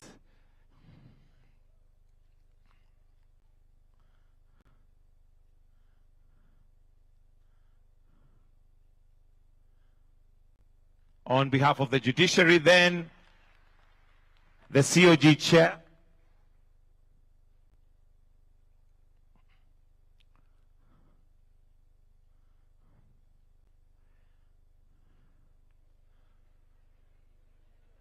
Your signature ni fire, si fire. And the final one to be signed by the Chairperson, Constitution Commissions Forum, Gerisom Otachi.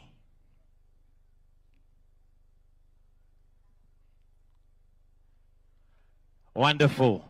Thank you very much. And I'll request then we just face this way for a photo for all the signatories, to have a photo opportunity, possibly with the children who are there, a photo opportunity of all the signatories.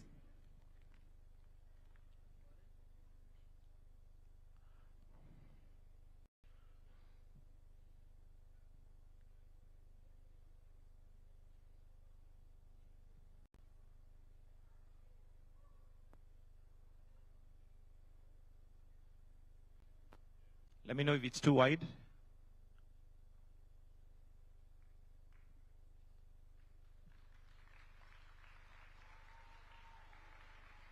While you're still there, allow me to invite the Right Honorable Prime Minister, the PCS, the Attorney General, the CDF, Head of Public Service, to also join in the photo. We can have the children to retreat kindly. We also have another photo for all the children, so not to worry, at the stairs when we finish everything, so the children can retreat. But allow me, while the rest remain there, let's have the Right Honorable Prime Minister, the PCS, the Attorney General, the CDF, Head of Public Service, to also join in the photo.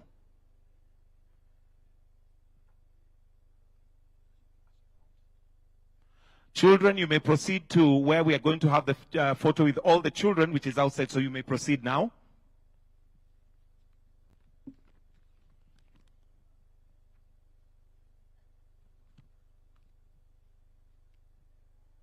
Thank you, Your Excellencies. I'll request that you return to your positions as we will now progress to the retrieving of the instruments.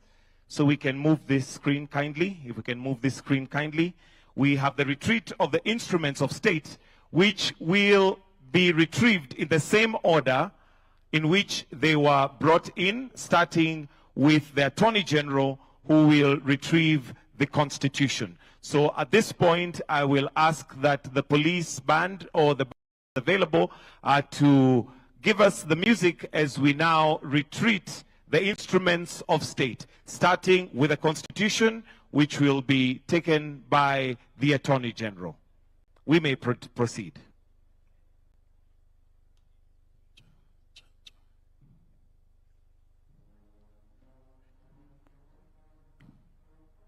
Basi Mheshimiwa Rais, hivi sasa mwanasheria mkuu akiweza kuchukua nakala rasmi ya katiba ya Kenya kuashiria kwamba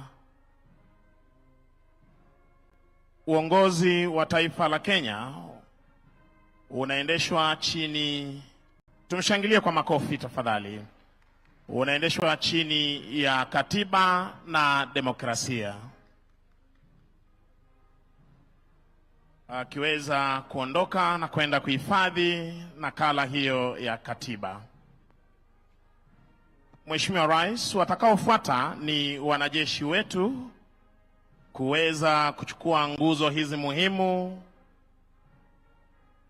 za asasi mbalimbali za mamlaka na hali kadhalika vyombo hivi vya mamlaka.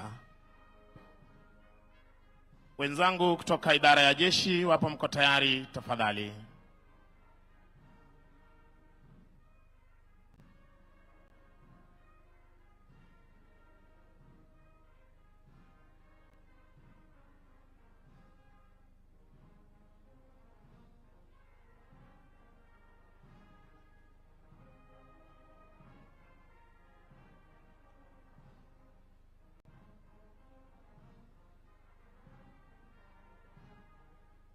Wakija kwa mwendo wa kinyonga ili wakaweze kuchukua the national anthem lyrics, ama kipenda maneno ya wimbo wetu wa taifa, na hali kadhalika kuweza kuchukua ngao ya taifa ama kipenda coat of arms. Kisha tutaweza kuchukua bendera iliyo fahari ya taifa letu la Kenya, na Mheshimiwa Rais, wanajeshi wa kila mara hula kiapo cha kuweza kuhakikisha kwamba watalinda katiba, watalinda mipaka, wananchi wa Kenya na mali yao kwa hali na mali.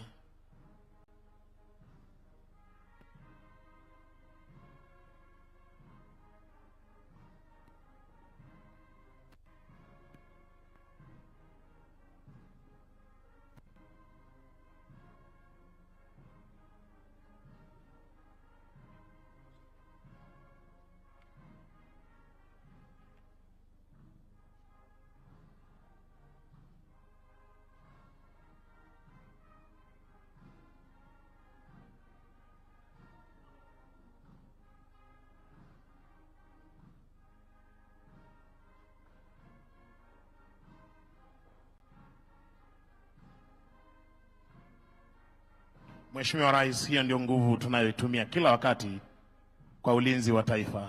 Hivyo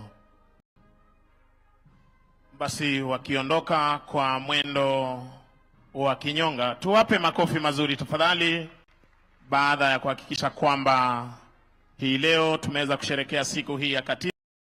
Mheshimiwa Rais, kibwagizo tu ni kwamba umoja wetu utaweza kuhakikisha kwamba tunashirikiana na hali kadhalika tutaweza kuwa na uchumi ambao tutaweza kujitegemea kama Wakenya. Na kutoka kwa niaba ya wenzangu walioweza kufanikisha makala haya, tunazidi kuwashukuru wote walioweza kuhakikisha kwamba siku hii inakuwa ni siku ya kufana. Wenzangu wakiweza kuondoka ili asante sana mkurugenzi wa muziki. Mheshimiwa Rais, kwa heshima naomba tuweze kusimama kwa wimbo wa taifa utakaochezwa ubeti wa kwanza.